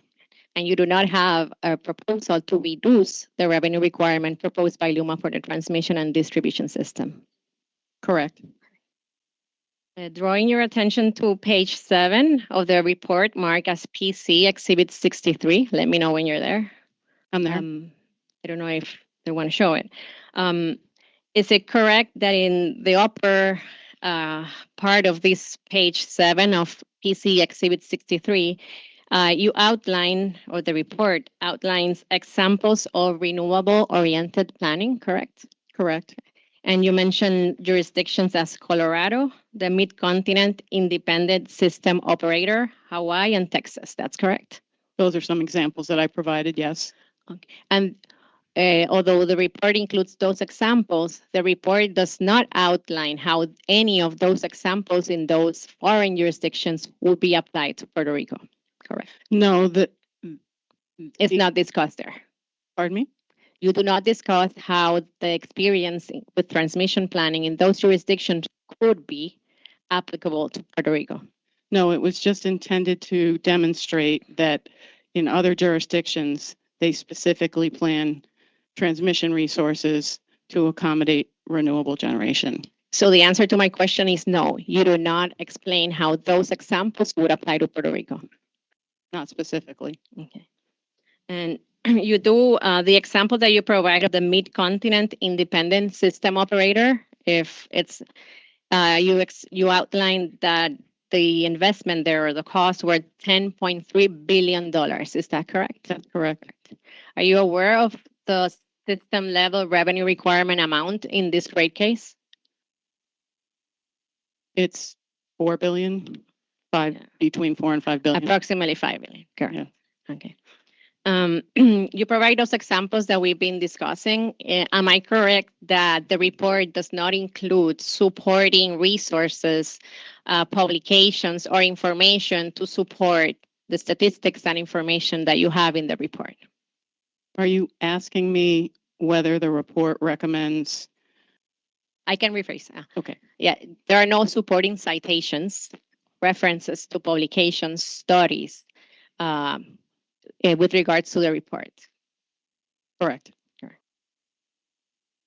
The report in page 7, you also, and this was discussed by Mr. Hempling in questioning to our witnesses, LUMA witnesses today, you include substation design choices, right? Is that correct? Correct. Yeah. But it is correct that the report determinations on what design configurations would apply potentially in Puerto Rico for the transmission system, that is outside the scope of your report. Well, I think it's included in the concept of providing a transmission plan that will map out how you would achieve 100% renewables by 2050. And, you know, the whole idea of, or the whole thesis in my report is to look at that plan, or to create that plan, so that you can make decisions now about what should be included as you rebuild or reconstruct the transmission system today. Okay, so you said your testimony that the report, PC Exhibit 63, includes recommendations for determination on design choices for the transmission system? No, it doesn't do that. Okay. The report also mentions the 2018 Integrated Resource Plan, correct? Correct. It does not, however, mention the 2020, the ongoing IRP process that the Energy Bureau is moving forward and has been mentioned today, correct? Correct. You did not find it relevant to include reference to the ongoing IRP process conducted by this Energy Bureau? Well, my report was filed on October 10th, and the new IRP, I believe, was filed after that. Yeah, the actual proposal. Yeah, I'm talking about a reference to the fact that a planning process is ongoing with the Energy Bureau. Yes, that's a planning process about resource adequacy and generation. And my question is that whether you did not find it relevant to mention the ongoing IRP process in your report. I don't mention it in my report.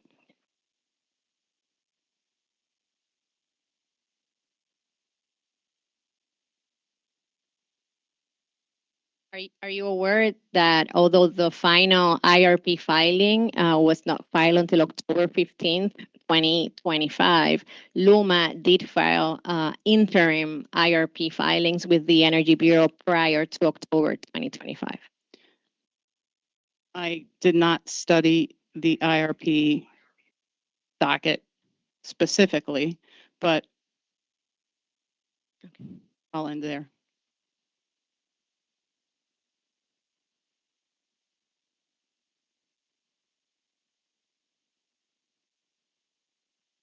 No more questions. Thank you. Thank you. Does anybody else have questions for Ms. Bailey? I have a few, and Ms. Mercado, of course, is welcome to follow up. I'm the hearing examiner. I don't have to make them rehabilitating questions. My job is to build a record for the commissioners so that they can make the best possible decision. Mr. Epling, I have a question. You're more important, please. Now that Council for Luma mentioned the IRP process that is ongoing, I don't know who can answer this question of all the people on the panel. But you're asking for a budget without knowing what the result of the IRP will be. How are we going to reconcile that if the results of the IRP are different?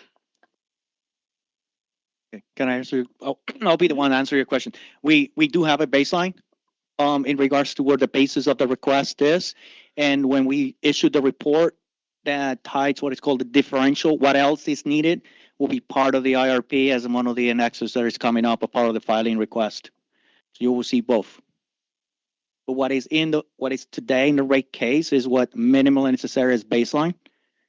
Based on what analysis if the IRP has not been completed? See, the IRP does, we have knowledge as from an execution perspective of what the IRP process has been, and because we Luma has the responsibility to integrate to complete the integrated resource plan, and we are actually providing here's what's needed for rate bases to ensure the system comes back into configuration for the next 3 years, and recognizes some of the projects that we just talked about today that are already available. Then any future projections are going to be supplemented as part of the IRP, so you will be able to see both. But that was in what we know, what is being requested is minimally required as baseline. So what if the IRP says, and this is a hypothetical, before everybody starts talking about speculation, if the IRP says no to something that you said yes in the are proposing in the rate case, how are we going to fix that? So if I may, I'm going to see if I could get to answer your question. Let's say something you consider is a project that is required for the system. When the modeling of the IRP comes out, it says that investment is not necessary, and it was part of your proposal here for the revenue requirement. So that's what I was going to say. What we're proposing is required. The IRP. On your judgment, but that's why we have an IRP, and it's a process that you're modeling. So the integrated resource plan doesn't have a specific outcomes and selections of technologies and resources and changes. That's why it is a plan that is being presented.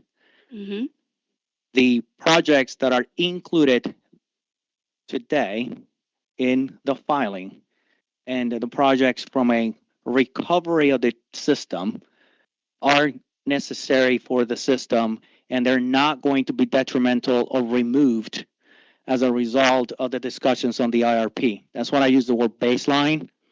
So what you're saying is that is what some people call no regrets project? That is correct, man. That's a very good characterization. Okay, thank you. Thank you. We'll see on the IRP.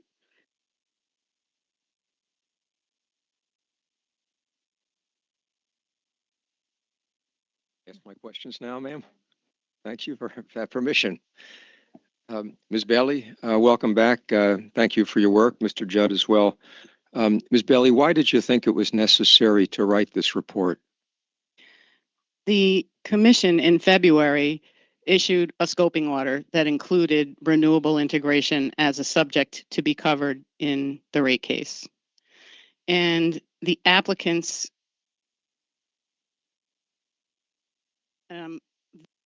generally paraphrasing here, didn't include specific items in their budget just for renewable integration.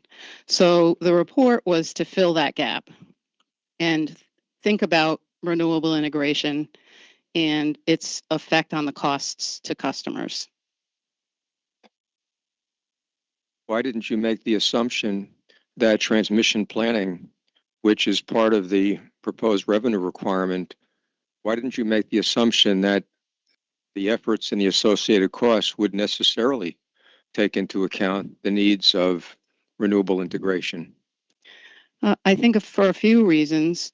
One, Exhibit 63.03 indicates that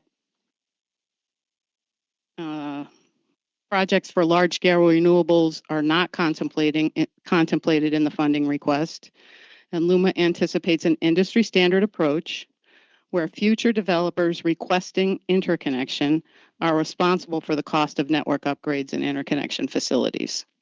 So it seemed to me that the plan for the long-term plan for integrating renewables is we'll wait until somebody says we need it, and then we'll ask them to pay for the network upgrade or the facility upgrade at the substation. I'm not meaning to put words in your mouth because that's what cross-examiners do, but I'm meaning to restate what I understand you to say so that I'm clear on it. Are you saying that the fact that we presently have a method of cost recovery for upgrades, which method is developer responsibility project by project, are you saying that that status quo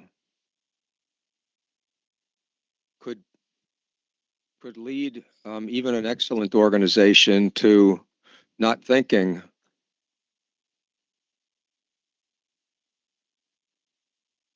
on an integrated fashion about planning for multiple renewable projects and their integration with transmission system? I'm sorry for that garbled question. Let me start it again. I think I can. Well, are you? Go ahead, please.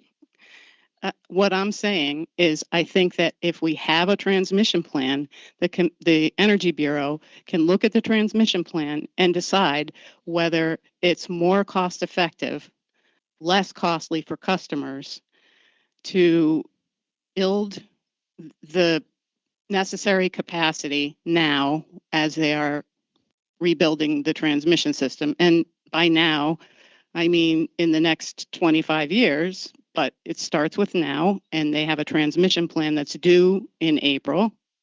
And to the extent that they can think about these things and include that in the transmission plan in April, that would be great, but I doubt they can do that. And so I guess that's it. So again, let me try to see if I understand it. I'm the slow one here. Are you saying that assuming that public policymakers, whether it be the Bureau or whether it be the legislature, are considering the choice of financing mechanisms as between developer financing, which then gets passed on to the customers through PPAs, versus customer financing through rates, that decision maker can make a better decision if they make it within the context of a planning process that is expressly focused on the integration of renewables into the transmission system? Is that what you're in part what you're getting at? Yes, but I think planning has to be coordinated between generation, transmission, and renewables, which is why I recommended that they do a supplemental transmission plan that just looks at the renewable integration. Ms. Mercado asked you a question or two about that implied a relationship between the IRP proceedings here and the recommendations and concerns that you raised in the report. Do you remember that set of questions that she asked? Yes. Well, how would you describe a logical relationship between the two efforts? I'm not suggesting that she was implying that there's nothing to do in the rate case, but one could say, why are we talking about this here and not in the IRP case? Do you have some comments about an appropriate relationship between what we do in an IRP case and what we do in a rate case concerning your area of interest, which is the integration of renewables into transmission planning, Ms. Bailey? Can you ask me a shorter question? Yeah.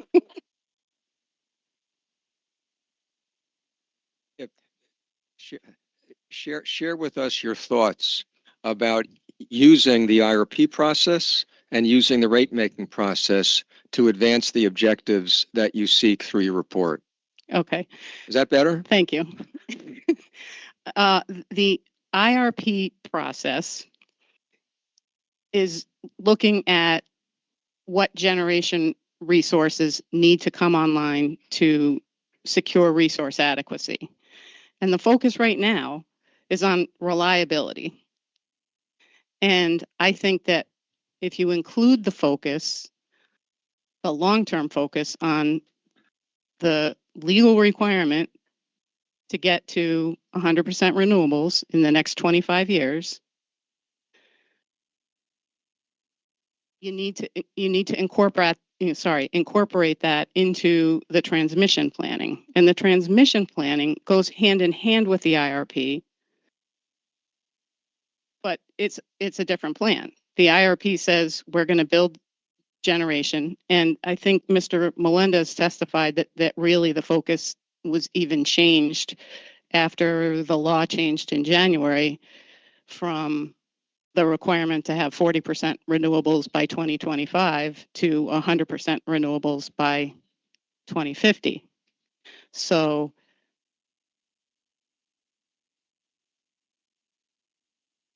the IRP will determine a resource plan for generation. You need a transmission plan to make sure that that you can introduce that generation onto the system safely and reliably. But if you don't think about the integration of renewables with the transmission plan, then you miss an opportunity, or you might miss an opportunity to save customers money in the long run. And so you just need a plan. Does the logic that you just expressed, is that in any way undermined by your failure to mention the current IRP process in favor of mentioning only the 2018 IRP? No, I don't think so.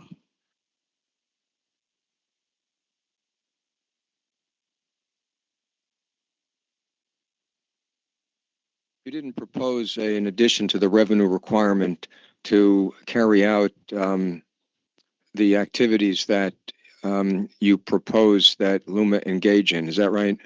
That's right. Any particular reason why you didn't include any increase in the revenue requirement? If I were writing the report today, I would have proposed an increase. I did ask LUMA informally through the pre-discovery process what it thought that it would cost to create such a plan, but we ran out of time and the question wasn't answered.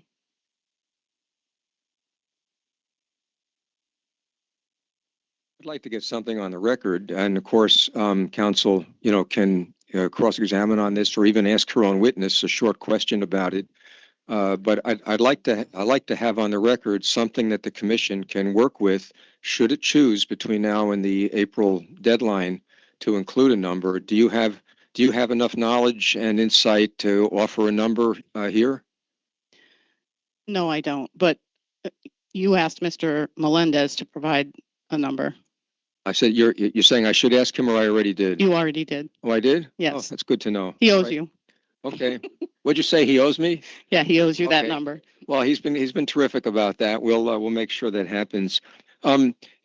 You understand, this is just a statutory fact that there no longer are statutory milestones for the introduction of renewable. There's simply a 100% at 2050, correct? Yes. Do I you? would say that this is beyond my cross-examination. I know, but I'm not, but I'm just a hearing examiner and I can ask whatever I want as long as I don't tick off too many people, and you're welcome to cross-examine, but thank you for keeping us, for helping me make that distinction. Do you think that the absence of milestones Do you think that would be easier to draw up a plan that we could use and hold and hold each other accountable to if there were milestones? Or do you think we're better off with respect to this value of planning? Do you think that we're better off without the milestones than just the 2050? Because I would suggest there's a balance between being tied to milestones to having no milestones whatsoever. Do you have any comment on that question? Yeah. The transmission plan is not a construction plan, or the renewable integrated transmission plan is not intended to be a construction plan. It's intended to be a roadmap to say to acknowledge we need to get to 100% renewable by 2050. And so this is how we're going to do it. This is how it could be done. And in a few years, you should update that. The plan should be updated so that it can take into account changes in the law. So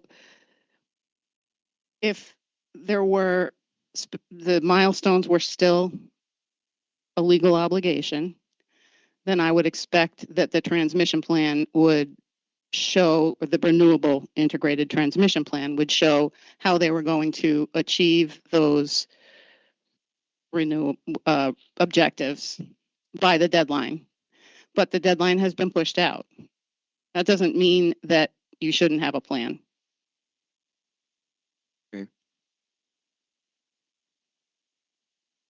I think that's all I have. I'm going to turn it over to Ms. Mercado, but I just want to ask Mr. Melendez if you like to make any comment, brief comment about what you've heard with respect to the report or what you've heard from Ms. Bailey, because you've taught us a lot over the last 3 days. Mr. Melendez. There is a plan. Number one. We heard that. There is the question, the commissioner. Mateo, thank you.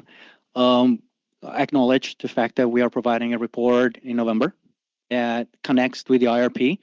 That should provide an indication to the commission and then direction in regards to potential costs and needs of the system to be able to make the right determination. So there is enough information in front of us. And the last piece I'll comment in concurrence with, yes, we need the longer term planning, but we have immediate needs. Yep. So we need to balance them. I will quote the statement made by the commissioner.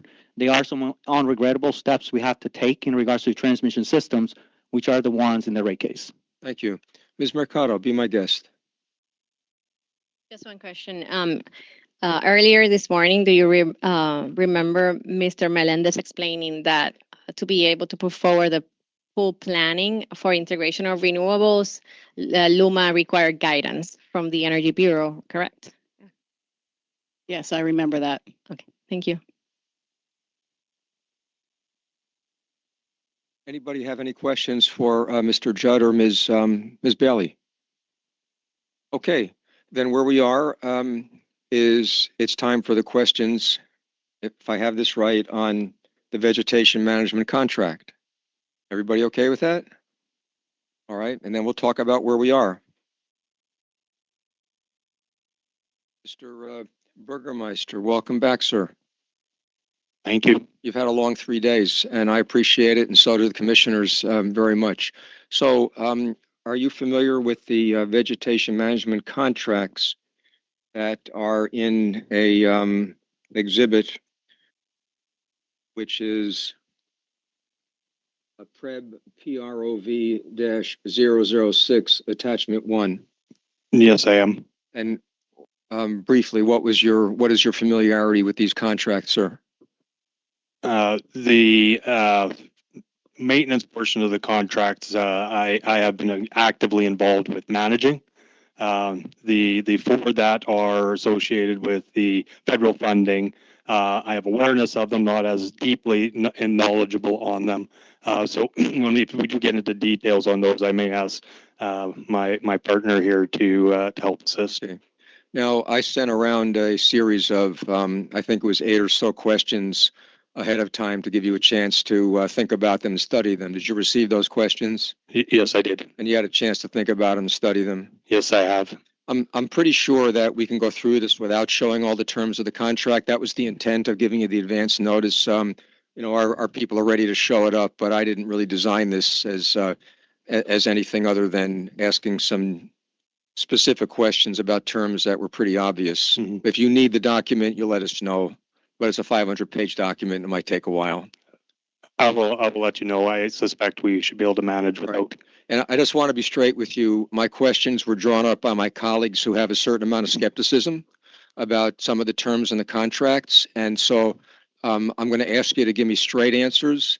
And when I'm done with my questions, I'm going to turn the floor over to you to add whatever elaboration you want to. But I think the most efficient approach is that let me just get through these questions. Yes, no. And then I'm going to let you say whatever you want about the situation. The same goes with Mr. Melendez. Are you okay with that? Respectfully, there may be an opportunity, building off of the first question that's on the list, for me to go a little bit further into depth into the structure and how we'd make the decisions on it, which may actually address some of the subsequent questions. So if you bear with me on that first question, I'll go a little bit further, and we may actually trim things down from there. I've never been disappointed in the succinctness of your answers. You just keep it up. Maybe I should send you out on dates with some of your colleagues. No, that did not come. This is one of these things where my wife That's on the record now. stop before the last sentence. Okay. Yeah. You can have this one anytime. I know I couldn't. Well, you can have mine anytime. I know I can't do yours. All right, are we ready, sir? I am ready, yes. Thank you. So my colleagues tell me that there's a group of contracts that were executed in 2022 and a group of contracts that were executed in 2024. Is that correct?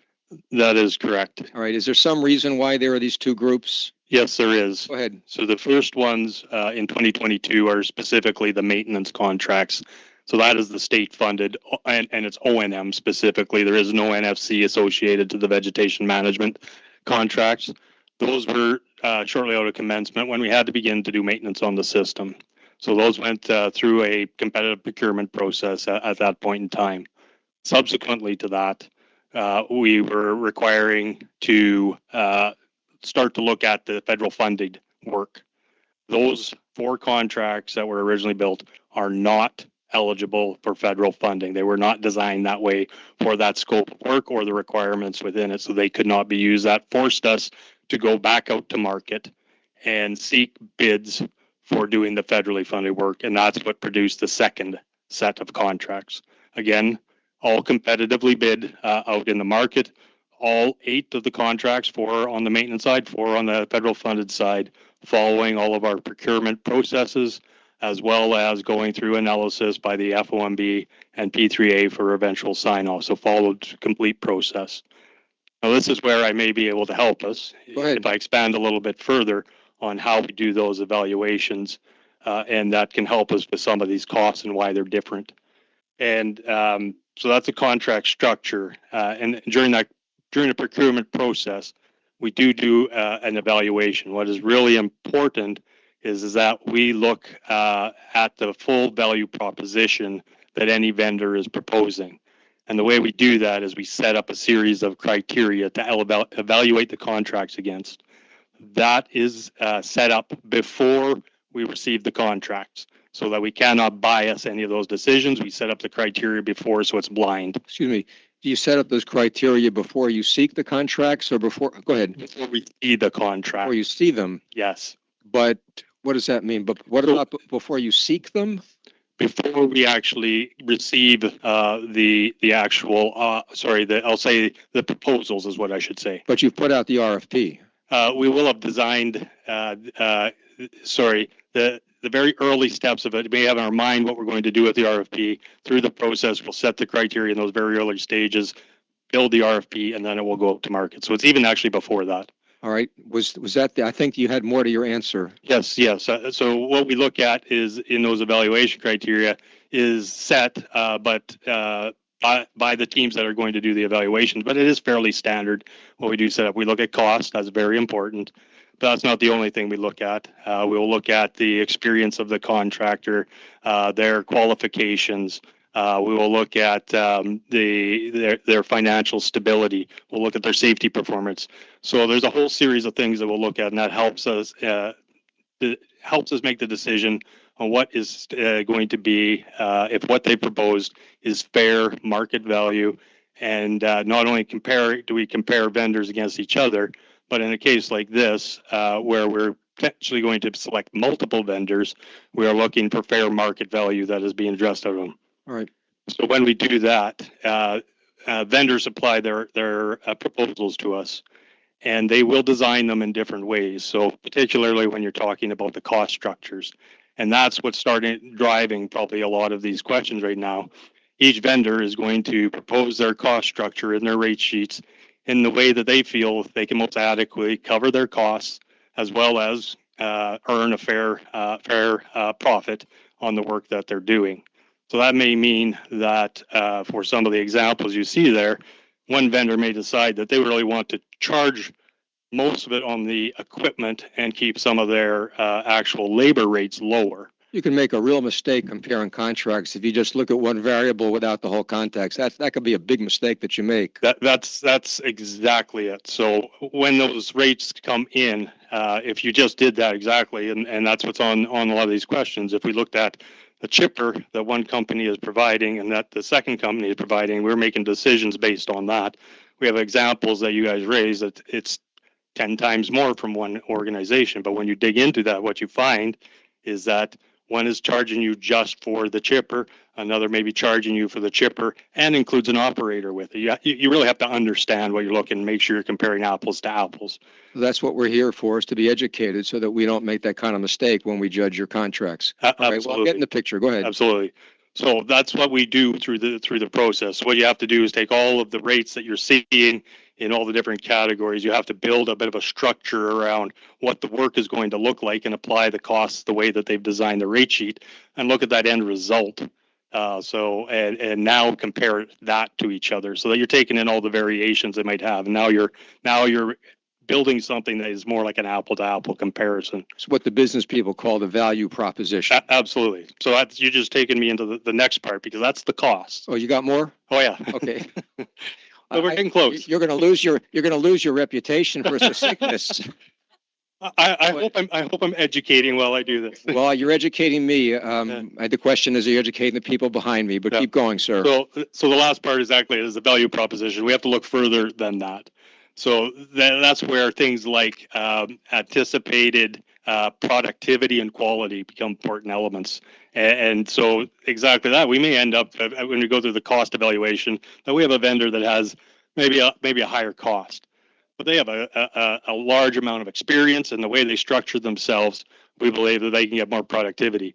And honestly, that is what we're seeing with our 4 maintenance contracts. We actually see those 4 vendors very consistent on the overall what we get from them. Now, some of them are a little bit more expensive, but they provide more productivity. So in a day, they get more miles done. It may cost us more that day, but we got more miles done. So in the key of the cost per miles, very similar. Let me focus on something you just said, as long as I don't interrupt your train of thought. Is that okay? Go ahead.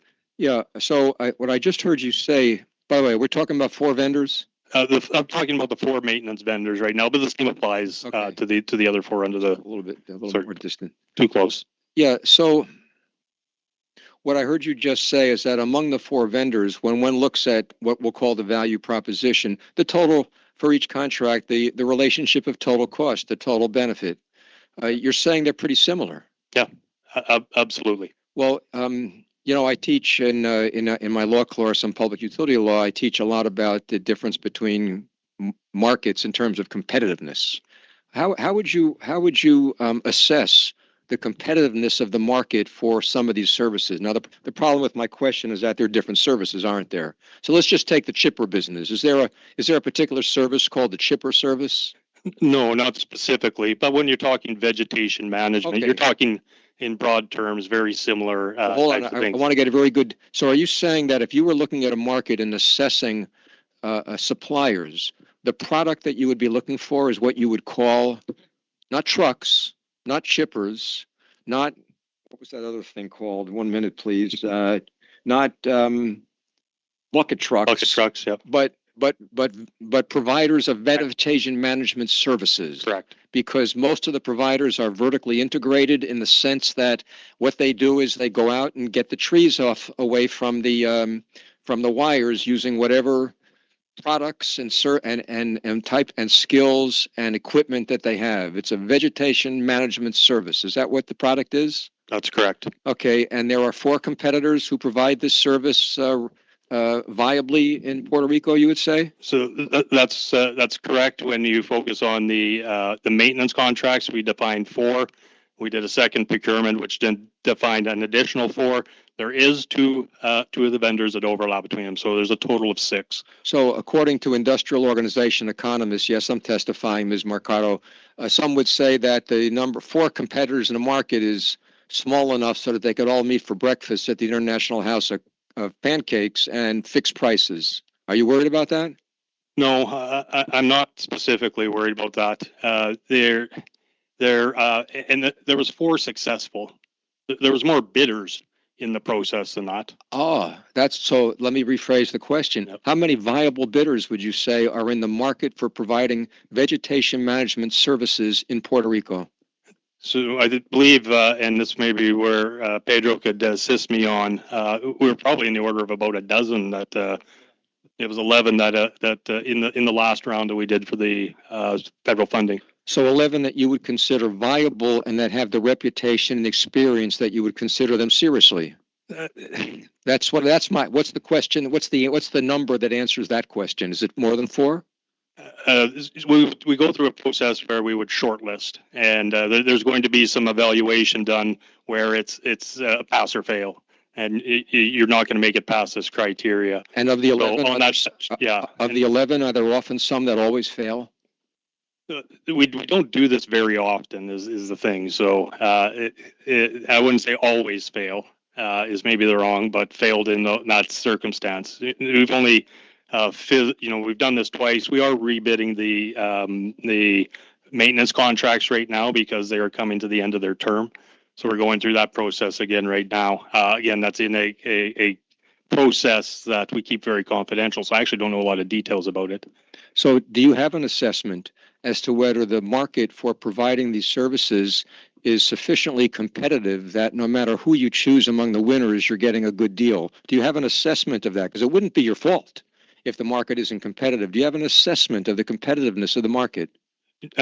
Yes, and that's where our procurement team can really help out. But we're running procurements that maybe get 1 or 2 or 3 bidders in. So when we're hitting 11, that's very competitive. Well, not if some of the 11 are not viable, not experienced, and don't pass the LEF test. And you told me that you knock a number of them out each time. In that situation, I don't know from the shortlisting if we know what that one would have been offhand from the shortlisting. But my experience is we don't eliminate all of them. We can usually quite often see maybe getting down to 6 or 7 viable vendors, which is still very competitive. Ms. Perez, did you have something to add, ma'am? Currently, we have 2 procurement processes open in the market, so I will caution Kevin to answer specific questions because we are in the market, so I will prefer not to answer any questions regarding the specific shortlisting of the vendors. But we have had a lot of vendors interested in those RFPs. I know I'd be interested in dunking in the NBA, but I'm not going to be much of a competitor. But do you have an assessment, Ms. Perez, as to the competitiveness of the market so that you can trust that the prices you're paying are no more than what the customer should be paying for? Do you have an assessment? Yes, we do. And as Kevin has established, we now have a history of contracts and vendors that have been working with Luma for these types of services. So before we go to market, we make an analysis, a cost estimate. So we do have a baseline in terms of what we should be paying for these services. Except that baseline is based on your experience with the market about which I'm asking you, which is, do you have an assessment of whether the market is vigorously competitive? Do you have an assessment? You might not. In terms of vigorously competitive, I wouldn't qualify it as that. I will say it's within the cost reasonableness for the services to be provided. Mr. Melendez, did you have something, sir? We don't only rely on our experience on island, we also rely on our experience off island from some of our resources internally, just to make sure you understand. Like, that's very helpful. So I'm sure you pay a Puerto Rico premium, but or do you? Are the prices here higher than normal? I will say there are some differences because of the scope of the work and the equipment and tools and the conditions from a vegetation perspective of any tropical weather, but that doesn't negate our ability to compare with other states who may have a similar topography or similar scope of work. So none of you is telling me that when you use mainland as a basis for some kind of comparison, that you feel like you're being overcharged. No. The idea is basically referential, and I'll call it normalized to ensure that what we're seeing is fair in regards to the market. Would you be comfortable informing the commissioners if you felt in a particular situation of procurement for vegetation management services that the market was no longer giving you fair prices? Would you be comfortable telling the commissioners that so that they knew? If that happens to be the case you're referring to? Yes. Yeah, it happens to be the case. We'll definitely work to that. And I would like to share. Yeah, you don't want them blaming you for something that's not your fault. That if I may, what I was going to get to, when we see something that goes outside of that range, we just stop the procurement and define a different either scope or mechanism to ensure we're getting the best value for the work that we're trying to accomplish. Right, but you just sort of walked around my question, which is there could be a situation where there just isn't sufficient competition to give you a very good price, but you still need the service. That is correct. That's what yeah, you're correct. Okay. Were you finished with your introductory comments, Mr. Burgermeister? Because I think you might have accomplished your objective. Yes, I am. Okay, well, now you're going to make me feel dumb for asking the rest of these questions, but if I don't ask them, I'm going to get in trouble with my colleagues. So Understand. do the best you can, and I'll still give you some conversation time at the end, okay? So are you familiar with the Centurion contract? Sir, I'm sorry.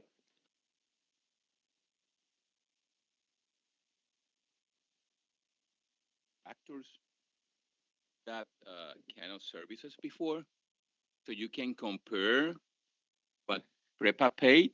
So it's a very good question.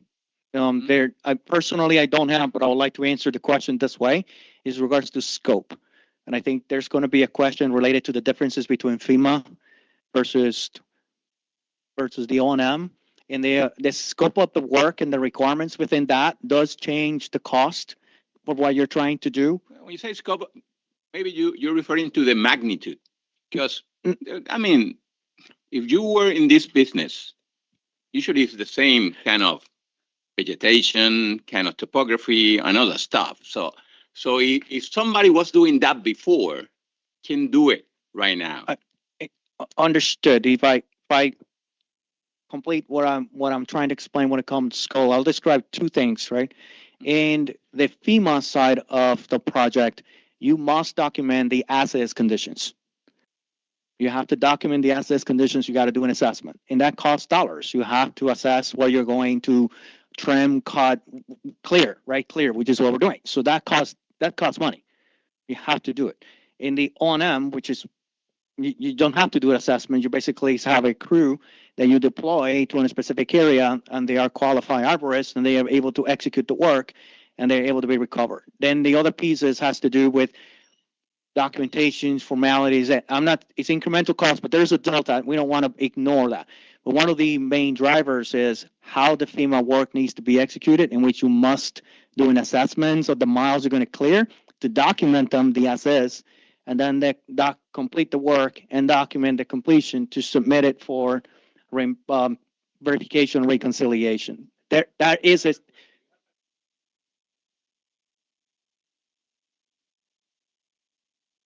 don't believe to be the case, because FEMA, in regards to doing vegetation, which is considered an O&M activity typically, is not an infrastructure project. I do not know the answer to that, but for what I have asked,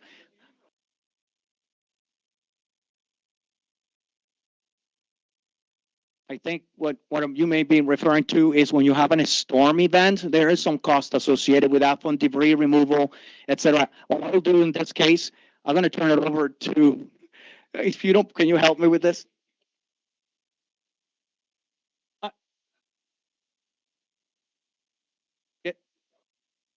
To going back to your original questions, yes, we're assessing the actual cost of execution, but I'm going to go back to the examiner when he's concluding. There's a competitive process that is actually assessing these, and then we have what I call a determined cost from FEMA.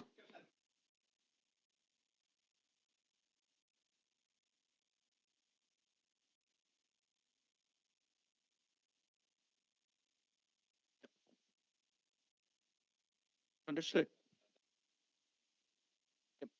Or it is or it isn't, and the commissioners are going to want to know. No, understood, understood. Definitely understand that. And you were probably referring a lot on the O&M, and the O&M is fairly high, but I don't have the data to be able to say that. So thank you. Centurion. Familiar with the Centurion contract, sir? Yes, I am. Who is Centurion? Centurion is an organization. They're based out of Arecibo right now. They have their parent company is out of Canada. Sorry? Their parent company is out of Canada. Are they affiliated with Luma? No. So my understanding from my colleagues is that the Centurion contract allows a 10% markup on all pass-through costs. Is that your understanding? Yes, that's my This is part of understanding. the questions where I just sail through, and when we're done, I'll ask you to comment in any way you want, okay? So the types of pass-through costs would include materials, subcontracts, mobilization, even living accommodations. Is that your understanding? That's my understanding. And there's a company called Expert, XPERT. You familiar with that? Are you familiar with that contract? Yes, I am. And there's a company called Perfect. You familiar with that Integrated contract? solutions. Perfect integrated solutions. Yes. Those contracts state that the pass-through costs would not be subject to any markup. Is that correct? That's correct. So is this an example of what you're talking about, where a comparison between the two situations would be a error because it would be missing the whole point, which is to look at the entire value proposition? Is that what you want to warn me against? Yes. Nice answer. So I don't have to ask you why you justify providing a 10% cost plus to some companies. And explicitly prohibited from others, because that's not what you did. You looked at the whole proposition. Is that right? That's correct. Remember, you could be cross-examined by Mr. Brady. Understand. He's good at this. Okay. All right. Bucket truck. I hate to ask you this. I'm just a city slicker, but what's a bucket truck? That is a truck that has a device attached to it that it's basically a man lift. So a person can get it and go up to the trees to be able to trim. And you have contracts where you actually seek for a standard 50 to 60 foot bucket truck? Sorry, can you repeat that? Yes. Do you ever just rent a bucket truck for your own use? Yes, and Luma owns several. We utilize them not for our line work. You own some, but you also rent some. We do, yes. So I want to catch up with you here, because you told me that there's this service called Vegetation Management Services, for which you hire some vendors. But when you rent a bucket truck, what are you doing? You're self-providing the vegetation management service, and you're using as an input somebody else's bucket truck, which you've rented. Is that correct? So the bucket trucks that we own and rent are used for our internal employees to do line work. So our qualified line workers, outage restorations. Bucket truck is commonly used across several industries. So right, but this isn't necessarily vegetation management then, is it or is not? So they're used in vegetation management. Yes. Okay. So what I'm realizing now is that when you want vegetation management services performed, you could hire a company to provide the full gamut of subservices that produce vegetation management, or you could be self-providing those services by using somebody else's bucket truck. Is that correct? That's typically what's not done. It's like you talked about before. You said vertically integrated.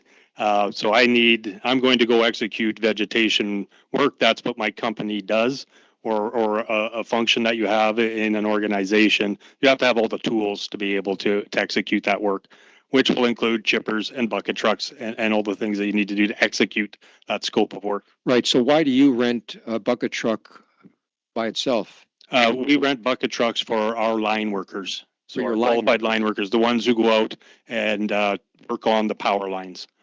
Okay, which could be for all kinds of purposes, not just vegetation It management. is not for vegetation. Okay, that's what I was missing. I'm sorry. Okay. Okay.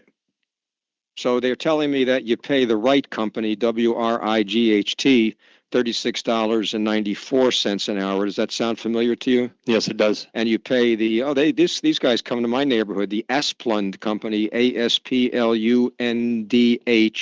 that you're paying them $107 an hour. Is that correct? That's correct. Well, no, this is not for vegetation management services. This is just for the unbundled rental of a truck. Is that correct? No, this is on their rate sheets. So within their rate sheets, we'll have all of their labor costs for their arborists, for their climbers, everybody do, and then all of their tools that will require, which bucket trucks will be part of that, and chippers and everything. So these two numbers that I talked about are not for the provision of unbundled bucket truck rentals. This is just one of the subparts of a full-blown vegetation management service contract of the type we talked about at the very beginning of this conversation. Absolutely. Okay, once again, an error to take this out of context. Okay. Yes. When you go out and rent a bucket truck for your line workers, just curious, what do you pay? What's the range? Yeah, I don't have that number handy. And the problem I'm having with that is we don't just go out and rent. What we do is we have an RPO contract. You have a what, sir? It's called an RPO. It's basically rent to own, rent to purchase type of contract. So you're not. It's a different type of configuration than just straight renting. So it's not going to be comparable. That's how my brother became the owner of a clarinet 65 years ago. Yeah. Rent to own. My cello we bought outright. Okay. Okay, well, this is very helpful. I'm moving through this as fast as I can. We're about halfway through. You're doing great. So thank you. So chipper. So what is a 12-inch chipper? What is that? So once you have removed the branches off the tree, in some instances, especially in the rural or urban areas, we will put them through a chipper. You may have see that on movies where horror movies where somebody gets sucked into the chipper and blowing out. That's a chipper. So the 12 inches refers to the size of the chip. Of it, yes. So what my colleagues are telling me is you paid the right company $10.20 an hour, and you paid the Asplund company $106 an hour. Yeah. Again, this again was a sub part of a whole integrated contract? This was not an unbundled chipper that you bought, that you rented? Correct. It's part of the integrated contract. Okay. Wait. What's a climber A position? So this would typically come into application when we're doing what we call backyard work. And that's, we don't have street access to a tree. So a climber will actually be an arborist that will climb the tree utilizing ropes, and will trim the tree down from the top down while they're climbing. Climber A is a person. It's a person. And you pay Asplund $46 an hour for that, you think, roughly? Yes. Expert XPERT, you pay $58 an hour. Does that sound right? Sounds correct, yeah. Sarah, CERES, $112 an hour. That's correct. Right, WRIGHT, $131 an hour. Sounds right. Again, with these components of a veg management service? They are. Okay. They are, yes. Same error we could make and take same it out of error, context? Yes. Yeah. All right.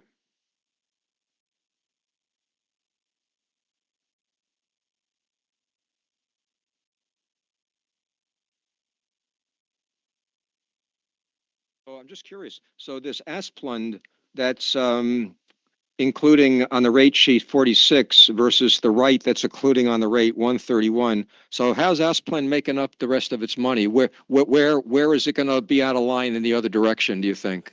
There's a couple different areas that I see with that is some will apply a direct rate for their labor, and then they'll have overhead elements associated with that, which would be management, safety, different types of things, and they'll charge specifically for those people. Some will blend that all into a rate for the labor that you're hiring directly, and have a blended rate, so that increases it.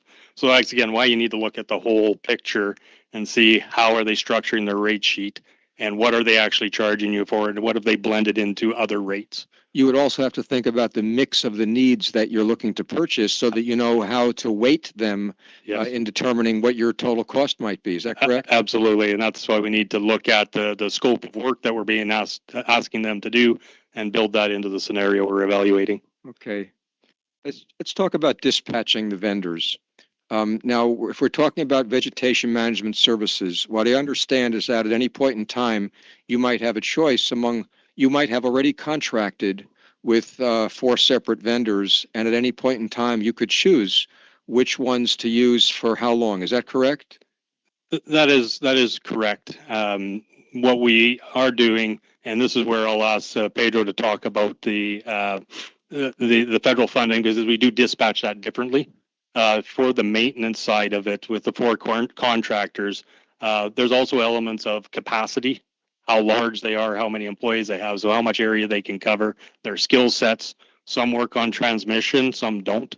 Everybody works on distribution, but not everybody works on transmission. And location as well. I mentioned one of the vendors is based in Arecibo. So the northwest corner is very cost effective to utilize them versus others who are based in other areas of the island, because then you don't have travel costs and everything associated with that. So from a maintenance perspective, we try to blend all of that together, and we utilize all 4 contractors. We do utilize them at different levels. We use some more than others, but generally we're using all 4 of them. And as I mentioned before, we find the way we've applied them across the island, it's a nice balance of the costs and is, again, getting us fair value across all 4 vendors. So when you enter into contracts with these 4, you don't guarantee any of them a single dollar of work, do you? That's correct. They go through this whole process of being chosen just so they have the honor of being qualified. Correct. All right. So when you get to a point where you need help fast, you can select among, depending on the location, you could select among as many as 4. Is that correct? That's correct for day-to-day work. What I'll also mention that we hadn't talked about, we do have 2 pre-positioned contracts, which I mentioned. Sorry? 2 pre-positioned contracts. What's that word? Pre-positioned. Yes. So what that means is we've have gone out to the market. So this was actually when I didn't say this. There was another process for that, and so these are ones that, in the event of a hurricane, we could call on these vendors as well. So they will only receive work when we have a major event. So that's another source that we can pull on for quick response here on the island and be able to utilize them. But they would be available to you because you've gone through the screening process in comparison to value proposition that we've already discussed. The contract's ready, and if the storm comes, then we can execute. So the question that I'm getting around to is, when you have this choice in a particular situation and a particular location and a particular point in time where you have choices among the vendors, at that point in time, how do you make the decision which one to dispatch first? Do you do it by cost? In the maintenance world, we've already pretty much laid out the locations that these vendors are working. We've been working with them for 4 years now. So we have a good idea where we can be most cost effective with them. So what we do is we call the one that is in that area, because we've already worked out that they're there. They're doing work already, whether it's planned work. So if we need them quickly to do some emergency work, they're already in the area. We already know they're the most cost effective to work in that area. So here was my misunderstanding, that I figured that at a particular point in time, a particular location, a particular type of problem, you have 4 people to choose from, that you dispatch them in ascending order of cost. And that's wrong. And why is that wrong? And why is that an incorrect assumption? So it's because we've been able to figure out where they're most cost effective, and we've given them their areas of the island. We've established that over the course of the contract. So we already know, and we've been able to determine that physical location is the best driver for who does the work in a specific area. It drives the most cost-effective costs for us. If I wanted to be very unfair to you, I might infer from what you just said that for each of these areas, each of your vendors has a monopoly and they can charge whatever they want. Is that not correct? No, because we have a contract. Ah. but can't they jack up the price of their contract if they know that they're uniquely attractive to a particular area? No, they cannot. Because Because they have they competitors? bid their rates and those are locked in for the contract. Right, but when they set their rates, if they know that they are uniquely important to you for a particular area, why can't they jack up their prices to reflect that unique importance? Why can't there be a Michael Jordan of vegetation management with respect to a particular area? You know who Michael Jordan is? Yeah. I do know Michael Jordan. Well, Not Steve, personally. who's the great Canadian basketball player? Steve. Oh, never mind. Okay. What? Steve Nash. Steve Nash. Very good, Mr. Melendez. Yeah. Go ahead. Again, those areas were not determined until after all the contracts were actually established and That's they're an locked in those rates. That's a good answer to the question I'm asking. You can see why I would ask it. Absolutely. Locational marginal market power is a major question in the electric industry, Yep. including probably in Puerto Rico, if we talk about retail wheeling, which we will in a couple of days. All right. Absolutely. We're almost done here. Thank you. I've really learned a lot from you today. Rental versus, I think this is the last area, Mr. Burgermeister. Rental versus purchase. So my colleagues are telling me that for bucket truck rentals, you've got Asplund at $1,920 a day. What, they ought to go into legal business. $1928 per day. Experts, XPERTS is $1,575 per day. You own and lease is what you told me before. You own and lease bucket truck. For other purposes, yes. Yeah. So do you ever have to make a decision about whether owning is better than leasing over a particular period of time? I mean, how often, well, do you have to make that decision? Yes, we have, and actually that has come up in the rate case here that we're proposing, because we are proposing some rentals and some purchases that we're looking at.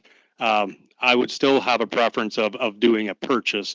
The reason we've gone to the rentals is we can get our hands onto more trucks quicker at a lower overall cost. Now, the problem is the rentals burden O&M. That's what I don't like about the rentals. I would rather do a capital investment and then have that depreciate over the life of the vehicle versus having a rental cost going against O&M. It's an interesting question. On the other hand, if you, it might be a good idea to keep these other businesses in business. And if all you did, and if you limited the amount of rentals, at some point, some of them are going to leave the marketplace. And so it might be, is that a consideration ever? No, because the rentals or purchase come from mainland. You won't be able to do that here on island. Okay.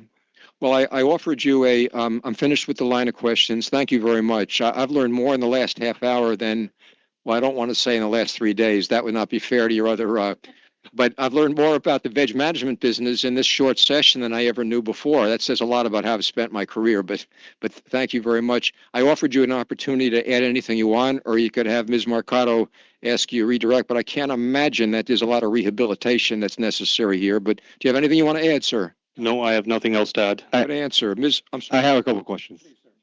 This is Commissioner Ramos. Regarding the pass-through expenditures that these contractors are able to charge, are they capped at all? The pass-throughs, no. They have to show to us that it's a legitimate pass-through. Again, they can't just charge whatever they want. It has to be, be legitimate, and they bill us, and we review the bills. Okay, what impacted me essentially was the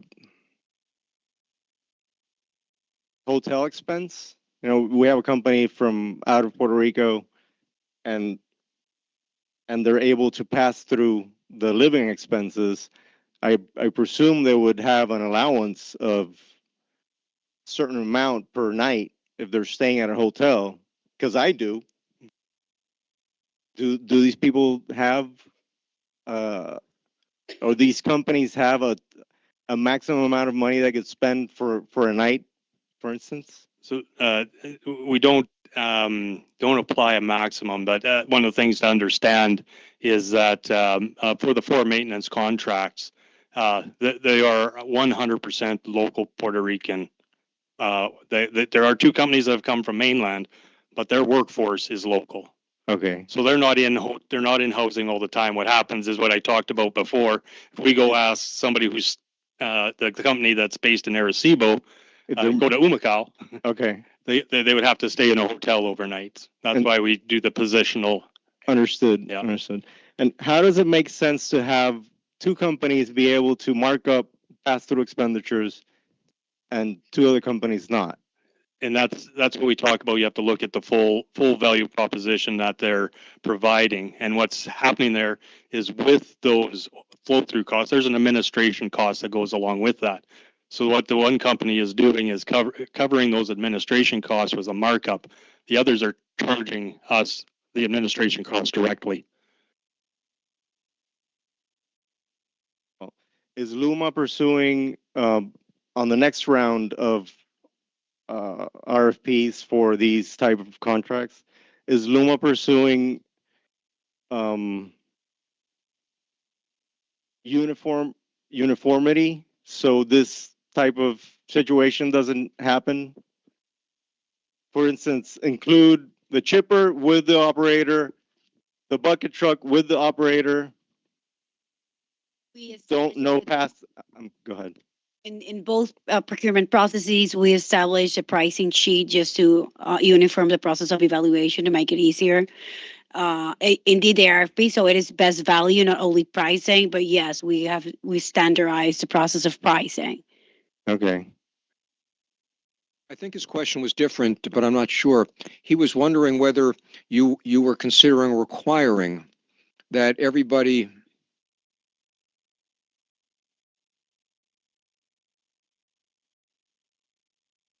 estimate their services the same way. Yeah. Well, yeah, and we obtain that through a pricing sheet established as part of the RFP process. Yeah, I believe that's what I was looking for. For instance, the pricing sheet would say 12-inch chipper and operator X. How much are you going to charge per hour for that service? Is it that specific? I haven't gone over the specific pricing sheet, but whatever it's included, it applies uniformly to all the vendors that filed proposals. So you're going to be able to evaluate them. Yes. Okay. The last thing, and I don't think that Mr. Hemping talked about this. Do these contracts have equal payment terms? What are the payment terms on the contracts?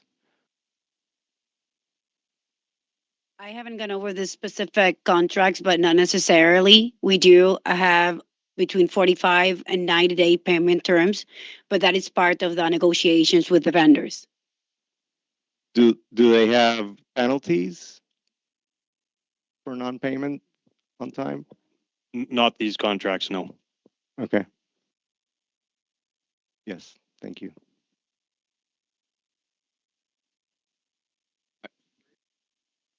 I do have some limited cross, yes. I believe this is to Mr. Burgermeister, but of course, feel free to turn to your colleagues. And for the record, Corey Brady, Weil Gotchel and Manges, speaking on behalf of the bondholder interveners. Mr. Burgermeister, before beginning this line of questions, you gave an uncharacteristically long answer in which you provided context to understand the questions, right? Yes, I did. Okay, and to save us time, I'm not going to go through all of that, but basically it boils down to different vendors propose different cost structures, right? Yes, cost structures is the way to explain it, yes. Okay, and that was more or less the explanation that you gave for all of these written questions that you had received in advance of today. Yes, any ones that were comparing directly across line items between contracts. Right, thank you. Now, you also talked about a process where Luma first comes up with the criteria for its RFP, right? Correct. And then after Luma gets the bids from the vendors, you talked about another process where Luma tries to unpack the cost structure, let's say, so it can compare them. Correct. to basically try to normalize the different contracts. Yes. As we just talked about, Luma designs its RFPs, right? Yes, it does. Including for vegetation management. Yes. And the reason Luma has control over the design of the RFPs is because you're basically, these people are coming to you for work, right? They want work from Luma, or they want to work for Luma, right? Yes, they do want to work for Luma. We're designing the RFP because we are putting out the RFPs. You're kind of in control, right? I mean, they're coming to you for work. You're going to give them money, so you get to set the terms of the RFP, right? Pretty much. Set the terms of the RFP, yes. Okay, so we talked about bucket trucks. Let's just take that as an example. Is there anything that would prevent Luma in its RFP from saying, thou shalt not charge more than X dollars per day for a bucket truck? I might pass that to Ms. Perez. In terms of how you go to market, you don't include specific amounts for the services to be provided. You go to market, the vendors provide proposals, and then you compare them. I'm going to cut through one thing real fast. This is where I think he might be headed, and pardon me if I'm interrupting you, but yeah, you control the RFP, but they control the response. The question is, do you ever decide, I don't want to pay any more than X, Y, and Z for the following results in vegetation management, so if you want this contract, you better cap it at the following level? We can do that in the negotiation process after we receive the proposals to be sure where we are in terms of the market. What he's asking, what he's asking, and Prior to going to market, as I understood the question. Yeah, why can't you do it on the front end? Why does it have to be in negotiations on the back end? Because in terms of the procurement processes, that's not the way that they are structured. But I just talked with Mr. Burgermeister about the fact that Luma decides how they're structured. So what do you mean that's not how they're structured? Do you mean Luma just decides? That's not the way we go out to market. If there is a prohibition, there's not. But actually, you will be limiting your full-on open competition because you will be pre-establishing what you're going to be working with. And again, vendors for vegetations are critical for Luma. So yes, we are the ones providing the services, but we want them to provide the services to us. We're not talking about the criticality. So to just save us time, what I'm asking you is, Luma designs the RFPs. We've already established that. There's not, you said this is how we go to market, as if that is imposed on Luma. There's not anyone outside of Luma saying you cannot design your RFP in this way, is there? No. No, it's your choice. That's correct. Okay.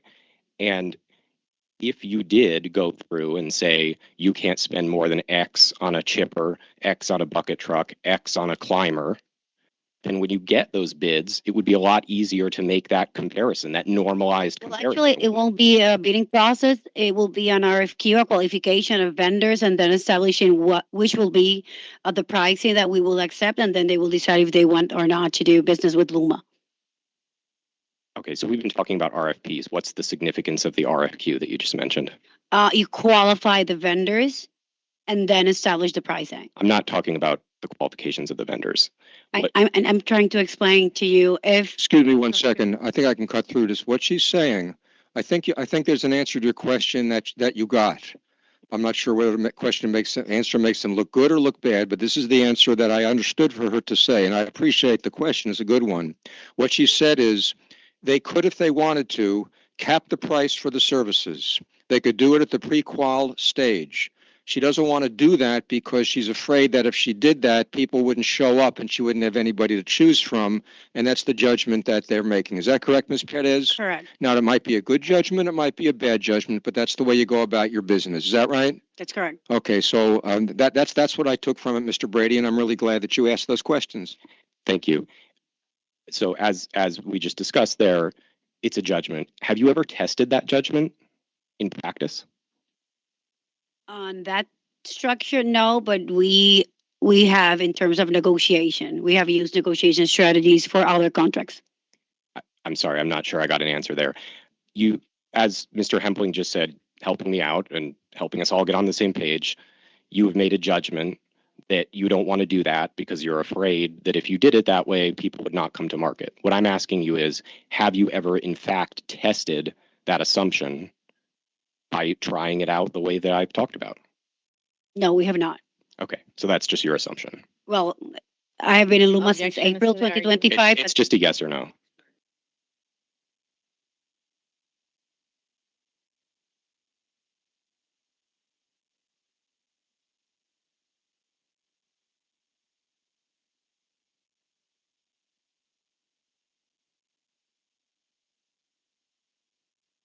Okay, I'm sorry. Next question, please, Mr. Brady. I think I'm back to Mr. Burgermeister now.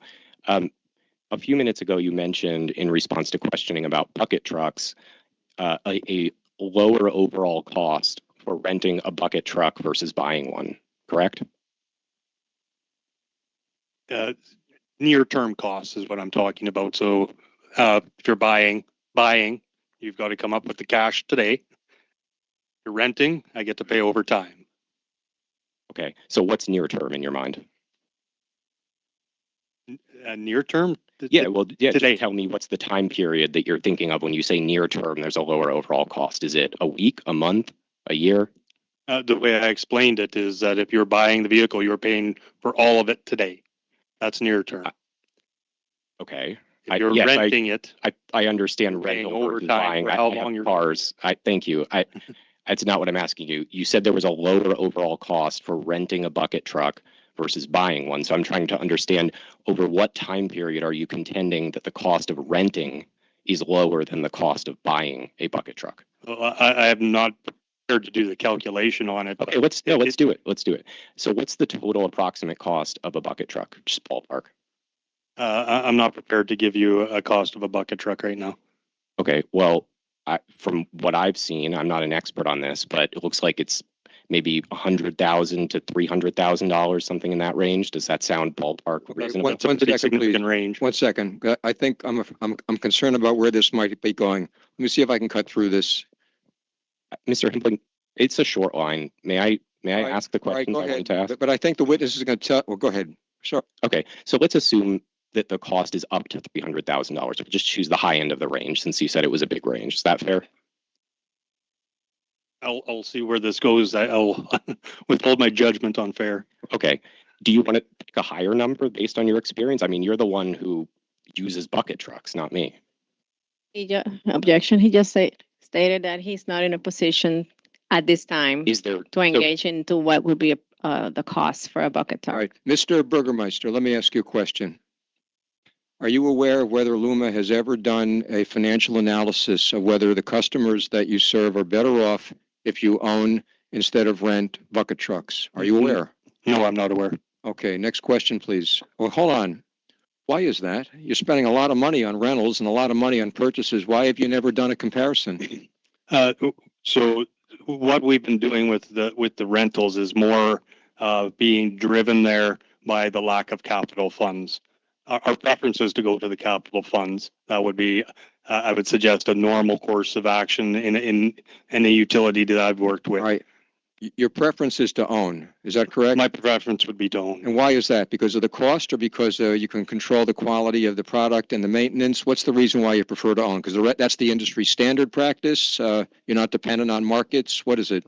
Yeah, there's several of those elements that you've mentioned that do all apply. But again, renting is you're going to burden your O&M costs with that. All right. So you've never really made a comparison because you have an institutional preference for owning over renting. Is that correct? That's correct. Okay. Have you ever tested it to see whether you might have the wrong idea about this? No, I have not tested. Okay. Next question.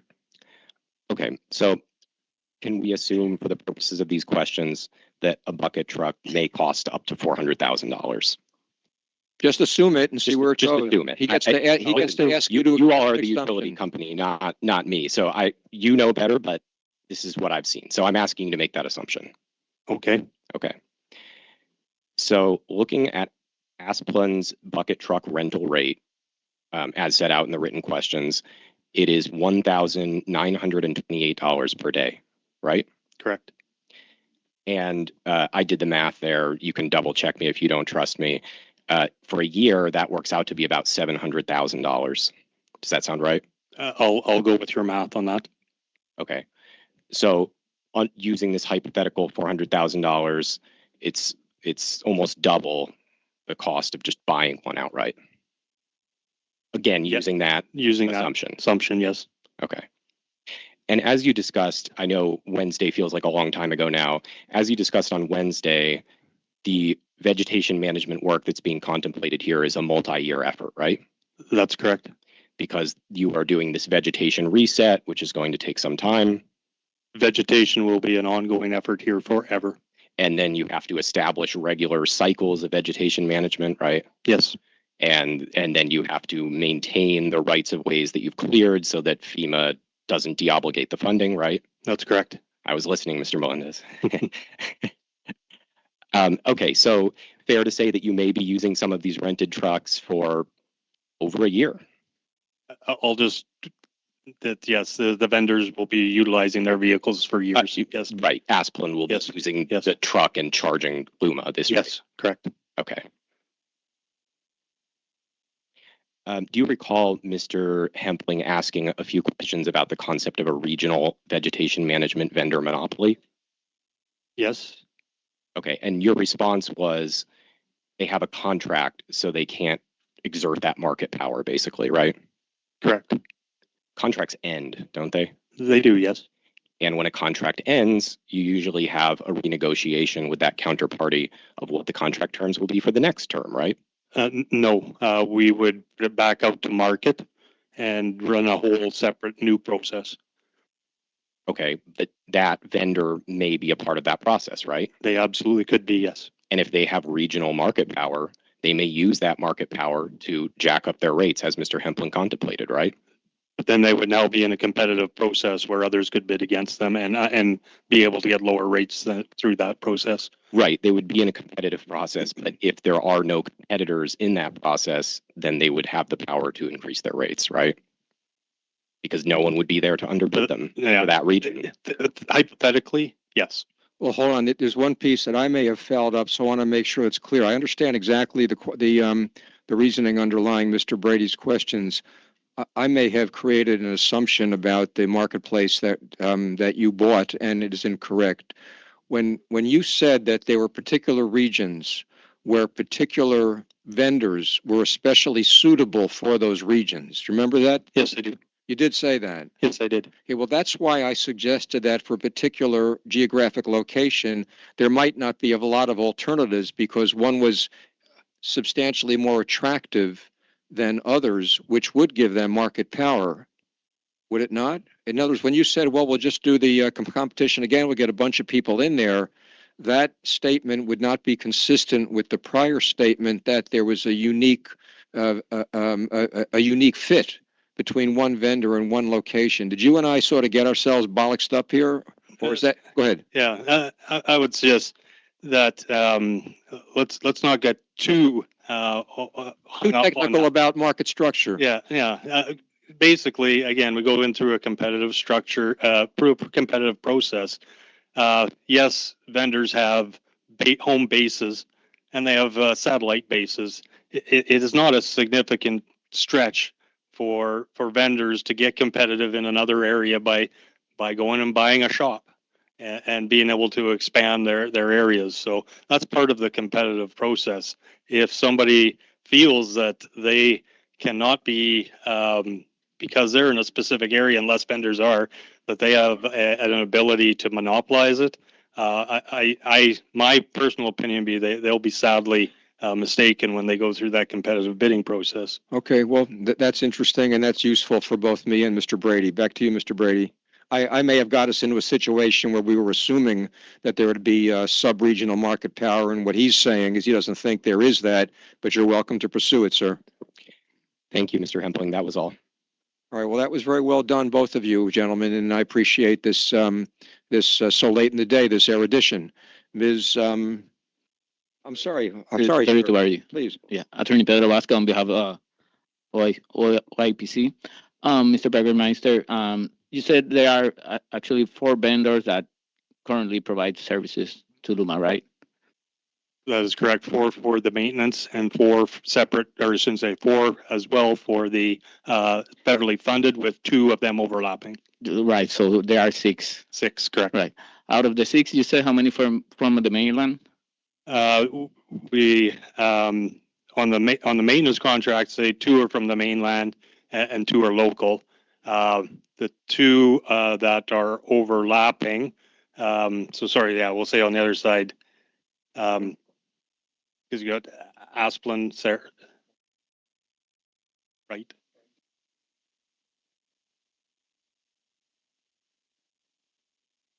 So it's three and 1, 3 from mainland for the federally funded and 1 from local.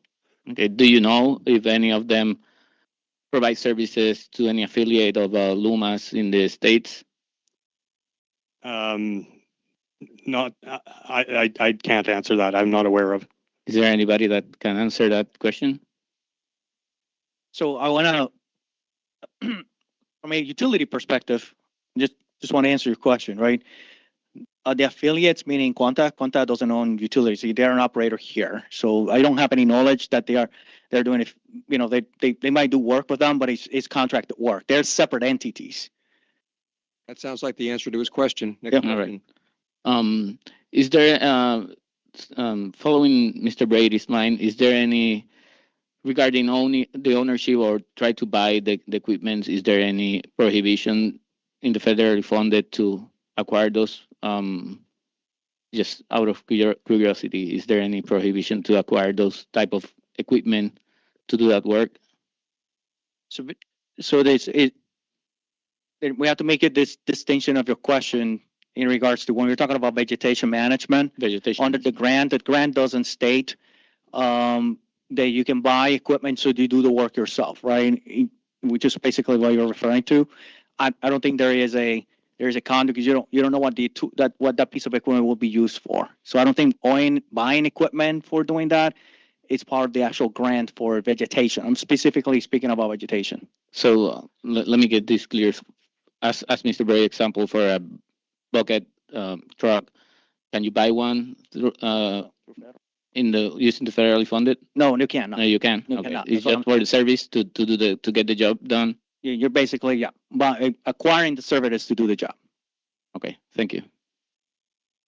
This is Commissioner Ramos.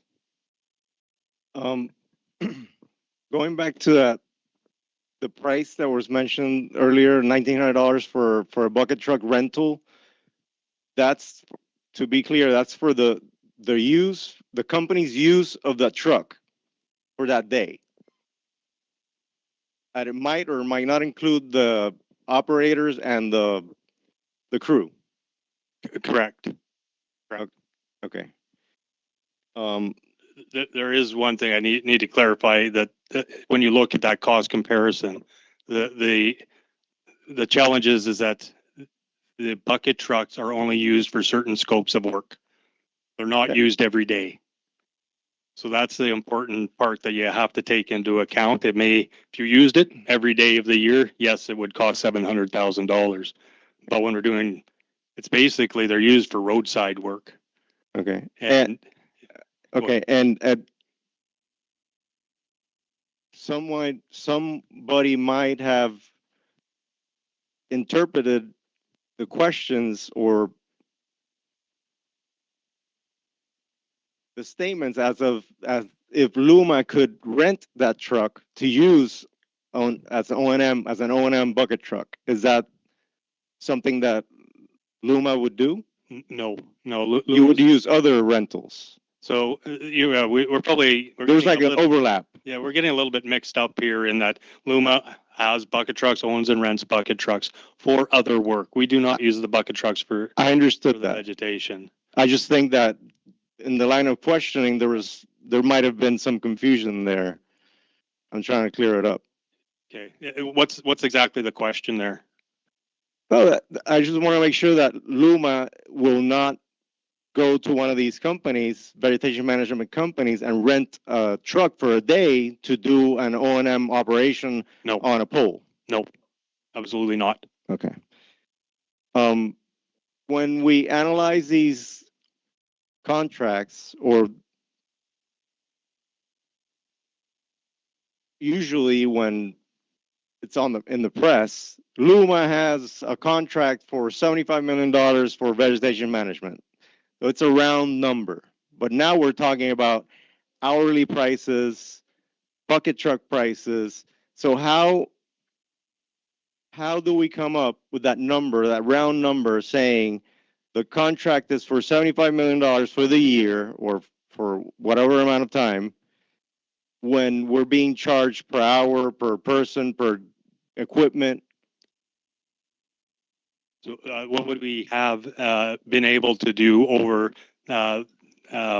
is we made, in the first part, we made an estimate of how much per mile it was going to cost. Now we have 4 years of data showing us how much it costs per mile to clear, and we have an overall average, and that's what we utilize to set the budgets for this. We know when we have applied for 125 million of professional services plus about 4.5 million of internal costs, $130 million in the optimal budget, that we are targeting to do 4,000 miles a year at a cost of approximately $30,000 per mile. Okay.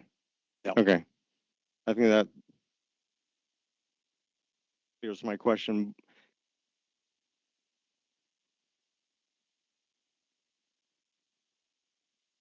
How do you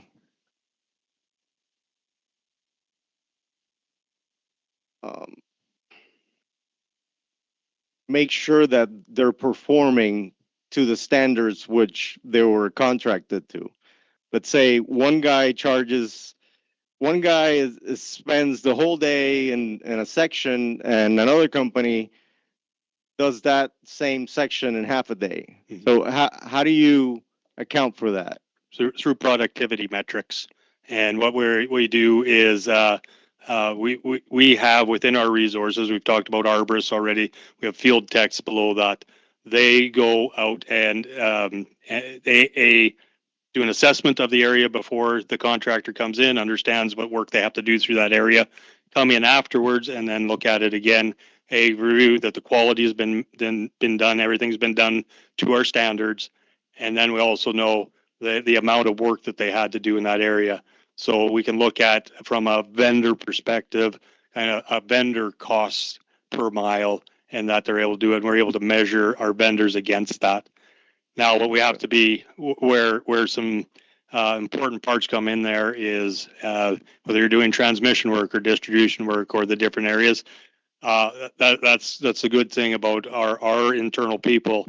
Have that knowledge and understanding that this type of work should, even though we got that global average of 30,000, do this type of work. These guys should be able to do it in this amount of time and cost us this much money per mile. Maybe it's 60,000 because it's very difficult urban area with a lot of backyard work. So they'll put that judgment into the area. But yes, we look at those metrics, productivity. So what happens if they're not reaching their expected productivity? So they'll lose work is what will end up happening. They're going to reduce it. Now, I can confidently say that the 4 vendors we've been utilizing under the maintenance, they have been meeting.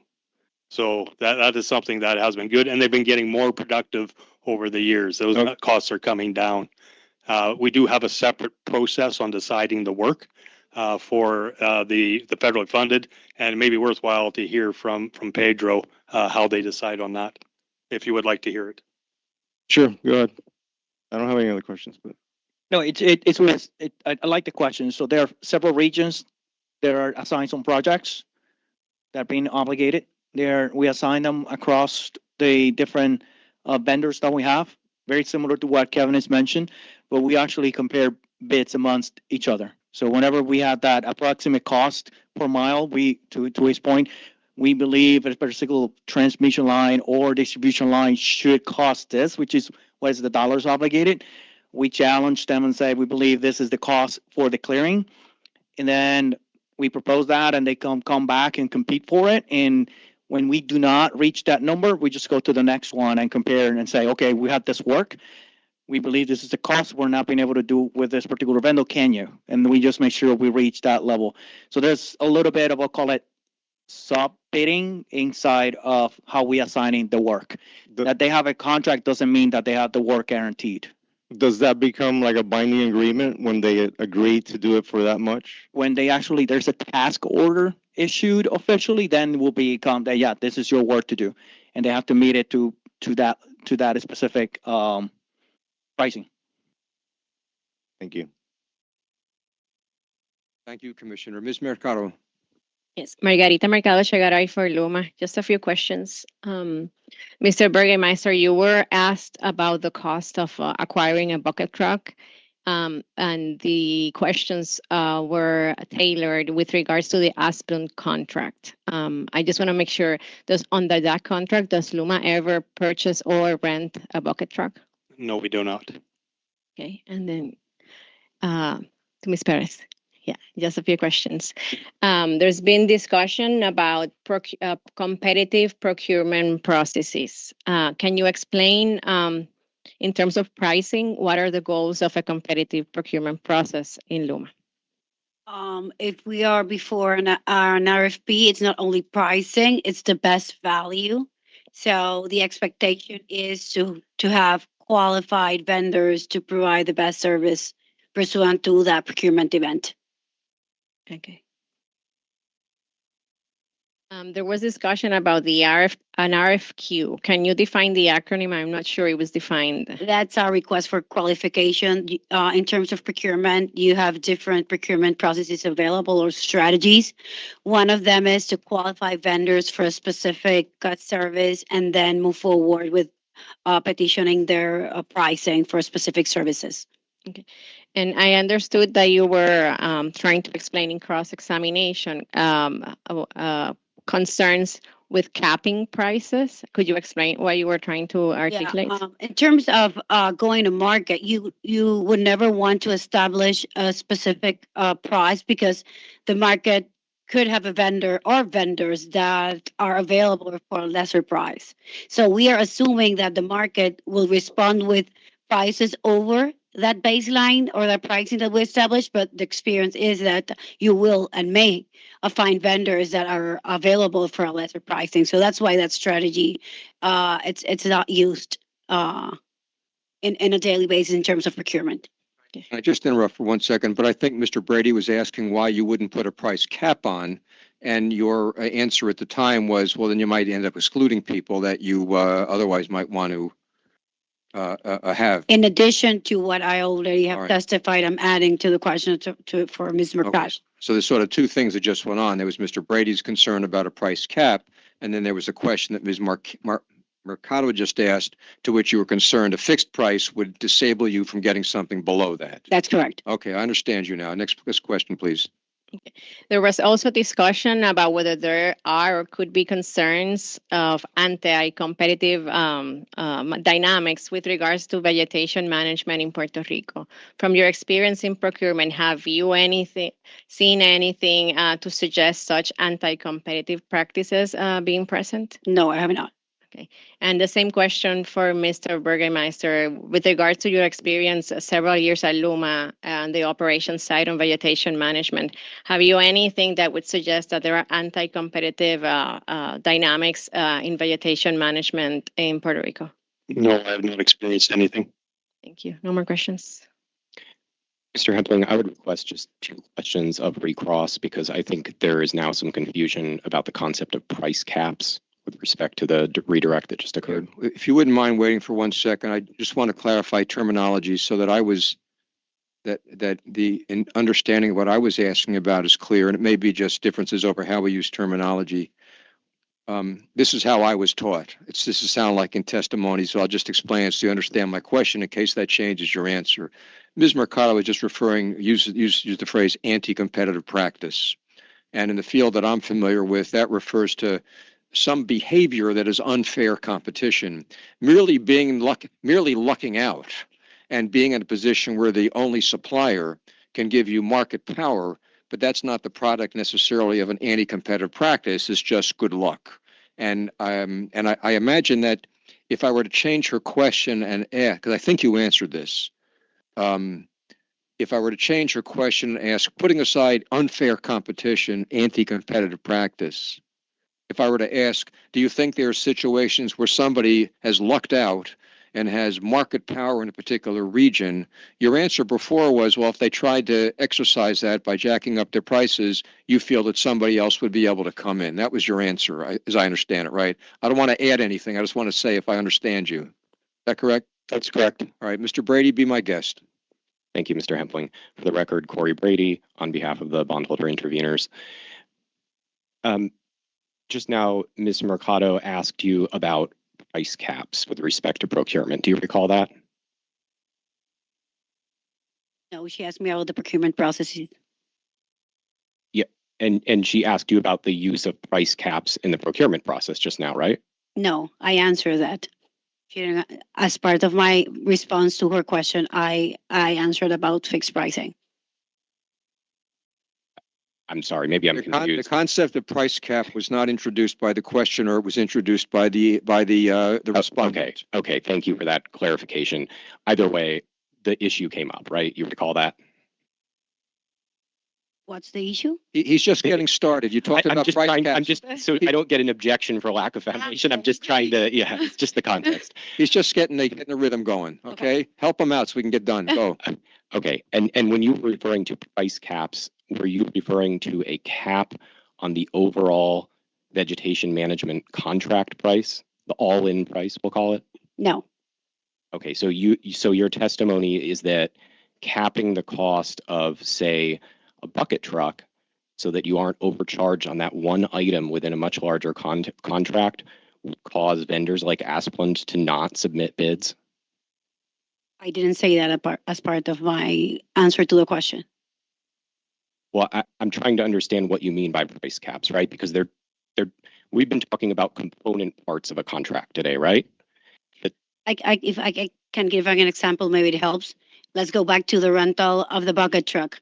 I go out to market and I establish that we're only going to pay up to $1,000, whatever is the number that we can establish. If that's the case, there may be other vendors that are willing to pay less for that same item. And then because I already stated that's my cap, they will go and establish that they are willing to do the service, provide the rental for the bucket truck for that price. But these contracts are much more complicated than just a bucket truck, right? There are many, many other price items within these vegetation management contracts. If complicated, you mean that they have additional line items? The answer is yes. Yeah, I mean, I'm going back to Mr. Burgemeister's testimony that led to this questioning, which was they have all of these different cost structures and we have to try to normalize them and compare them, right? Yes. Okay, so what I'm trying to get at is you're saying that if you try to normalize them on the front end by just making some of the components apples to apples, like bucket trucks, that people are not going to bid for that project. No, and I think that we can achieve that by having a specific pricing sheet establishing the items. So I don't need to cap the price to obtain the uniformity or standardization in terms of the costs. We can accomplish that with a clear pricing sheet of the line items to be able to compare them in the time of the award. Is the pricing sheet done on the back end after the bids are received or the? No, up front. Okay, and the pricing sheet would commit the vendors to a maximum amount for those items? That's what you're saying? No. Okay, so help me out. It actually is unclear to me, and I'm a little worried now that what you were trying to get across is not getting across. So do you mind if I try for a minute? Because I want you to pursue, you to pursue what you want to pursue, but right now I think there's a gap in communication and I'm not sure if I can bridge it, but I'm going to try. Is that okay? That's okay. Let's go back to your general fear of not causing an exclusion, of not limiting your options, okay? What I understood you to say is that what you want to avoid, first of all, when you were talking about limiting options, were we talking about the big vertically integrated, full-blown vegetation management services, or were you talking about anything, whether it be an unbundled bucket truck or, and as well at one end, at one extreme, as well as at the other extreme, a full-blown veg management services thing. What was the context, ma'am? About everything in terms of establishing, pre-establishing the price. All right. You don't want to set a single price because somebody might be willing to sell it below that price, correct? That's correct. And you don't want to set a cap because you might end up limiting your options and end up with just two people and they both might be lousy at the job. So you don't want to do that. You want to see what people offer and then you want to decide what's best for you. Is that right? That's correct. Okay. Was it any more complicated than that? No, but I wanted to go back to the issue of the cost structure. I know on those first Hold on. contracts. I want to tell you where the mix-up is. I apologize. I forgot. I want to tell you where the mix-up is. What I'm having trouble understanding is this. If you want to see the entirety of all the price terms so that you can rank them by value propositions, what Mr. Brady and I are both confused about is what's this sheet that would have items on it if you're not going to fix anything? What is this? What is this sheet and what would it have on it and what would its purpose be in terms of your assessment of the options? To be able to compare oranges with oranges, we have seen the contracts that we have seen. The structure is different. I will want to go to market and specify what's the line items of the entirety of the vegetation services. So I will detail that I need the value for the rental of the bucket truck. The operator is pre-established in the pricing sheet how all the vendors are going to file their cost structure. So I wouldn't have to have a difference in terms of the comparison of that pricing. Okay, here's where I think I just realized what was going on for me. I think I understood for a split second before. When you approve one of these vendors to provide the whole set of veg management services, at any point in time, you're going to be asking for onions, and sometimes you're going to ask for carrots, and sometimes you're going to ask for broccoli, each one of which has its own price on the price sheet. All right, you're not buying. That's what you're committing yourself to when you pick one of these vendors is the ability to choose among them with respect to the particular mix of things. Right, at a particular point in time. Is that right so far? That's You sound like correct. I know what I'm talking about? Yes. Okay. And so what you're concerned about is the status quo that when you look at 4 different contracts, they're not listing the same set of vegetables? And you want to make at least standard make sure everybody's got a broccoli, everybody's got a Brussels sprout, right? That's my favorite. Everybody has a carrot, right? And everybody has a spinach. That's what you want to have. Yes. Just so that when you compare the totals, which are your apples to apples, you're having common components that make up the salad. Is that what's going on? That's correct. Okay, it took me a long time, but now I got it. That was my,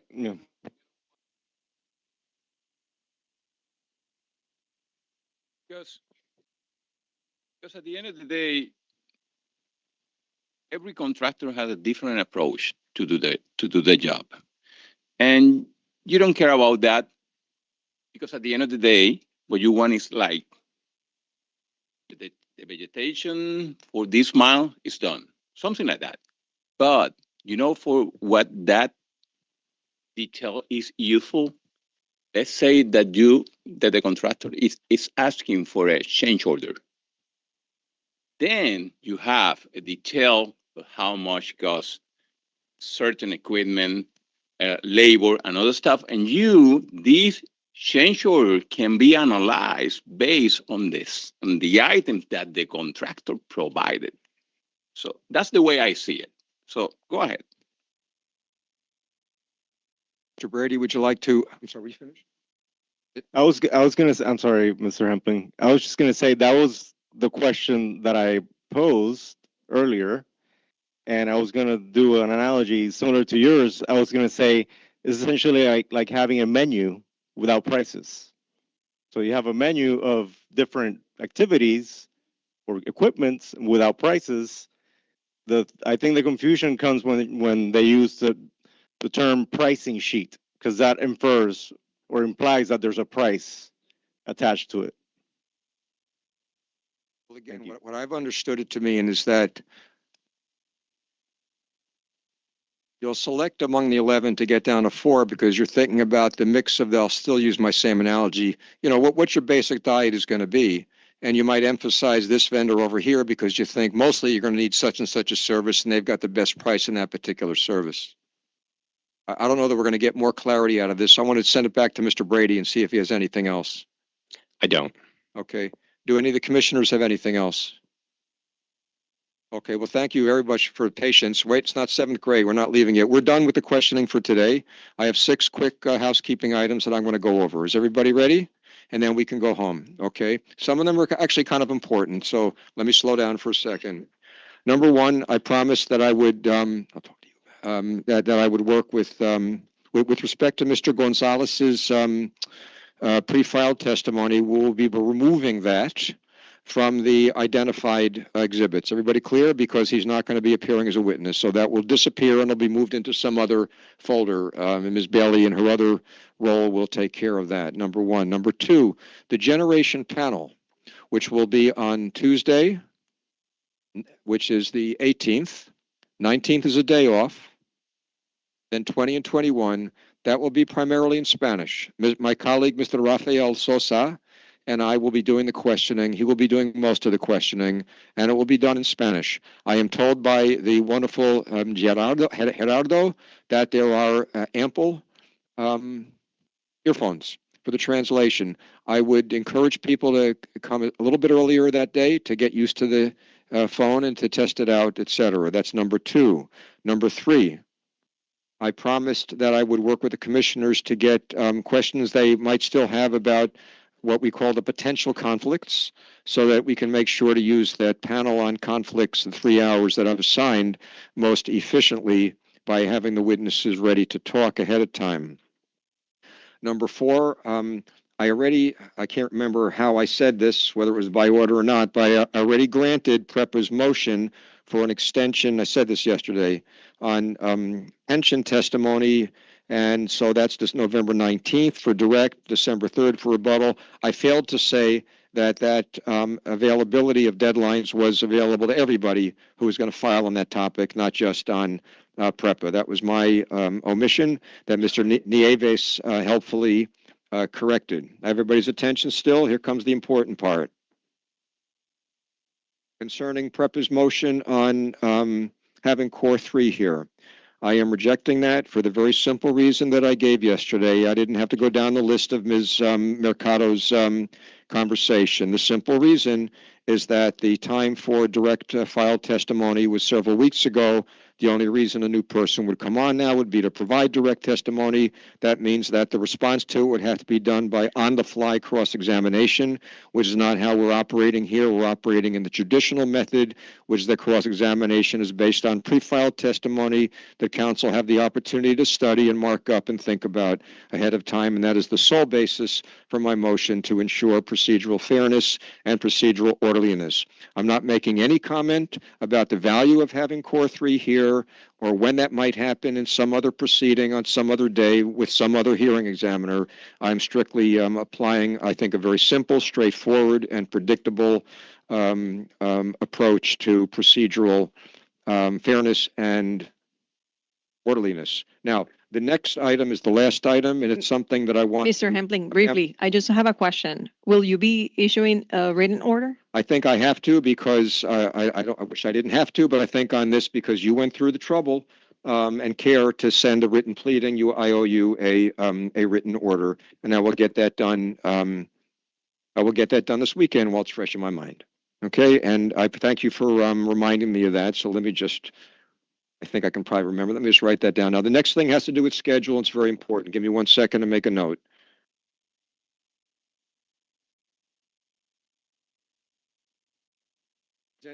If you happen to have handy the panel schedule, that would be helpful to you. I'll take a moment to wait till you see it because I'm going to ask you to think about something, and we'll see what you think when we come back on Monday. So let me know. Just sort of look up at me when you think you have your panel schedule. That's the little spreadsheet, with the grays and the whites that has December 17th is the last thing that happens. All right. All right, well, let me talk while you're still looking for it, and I'll say it twice if I have to. Everybody ready? So Ms. Vasquez, representing Genera, pointed out that the absence of Mr. Saka from the presently scheduled November 25th panels on conflicts and inter-utility cooperation, she's actually absolutely right. Missing, not having the total simultaneous presence of all three of the CEOs on both of those panels is suboptimal. And I was hoping to find some other day for Mr. Osaka, and she's right or I'm wronger on that. So I want to figure something out, and I have a thought. For you to take home. And I think, Ms. Mercado, you told me that Mr. Saka would return to availability when?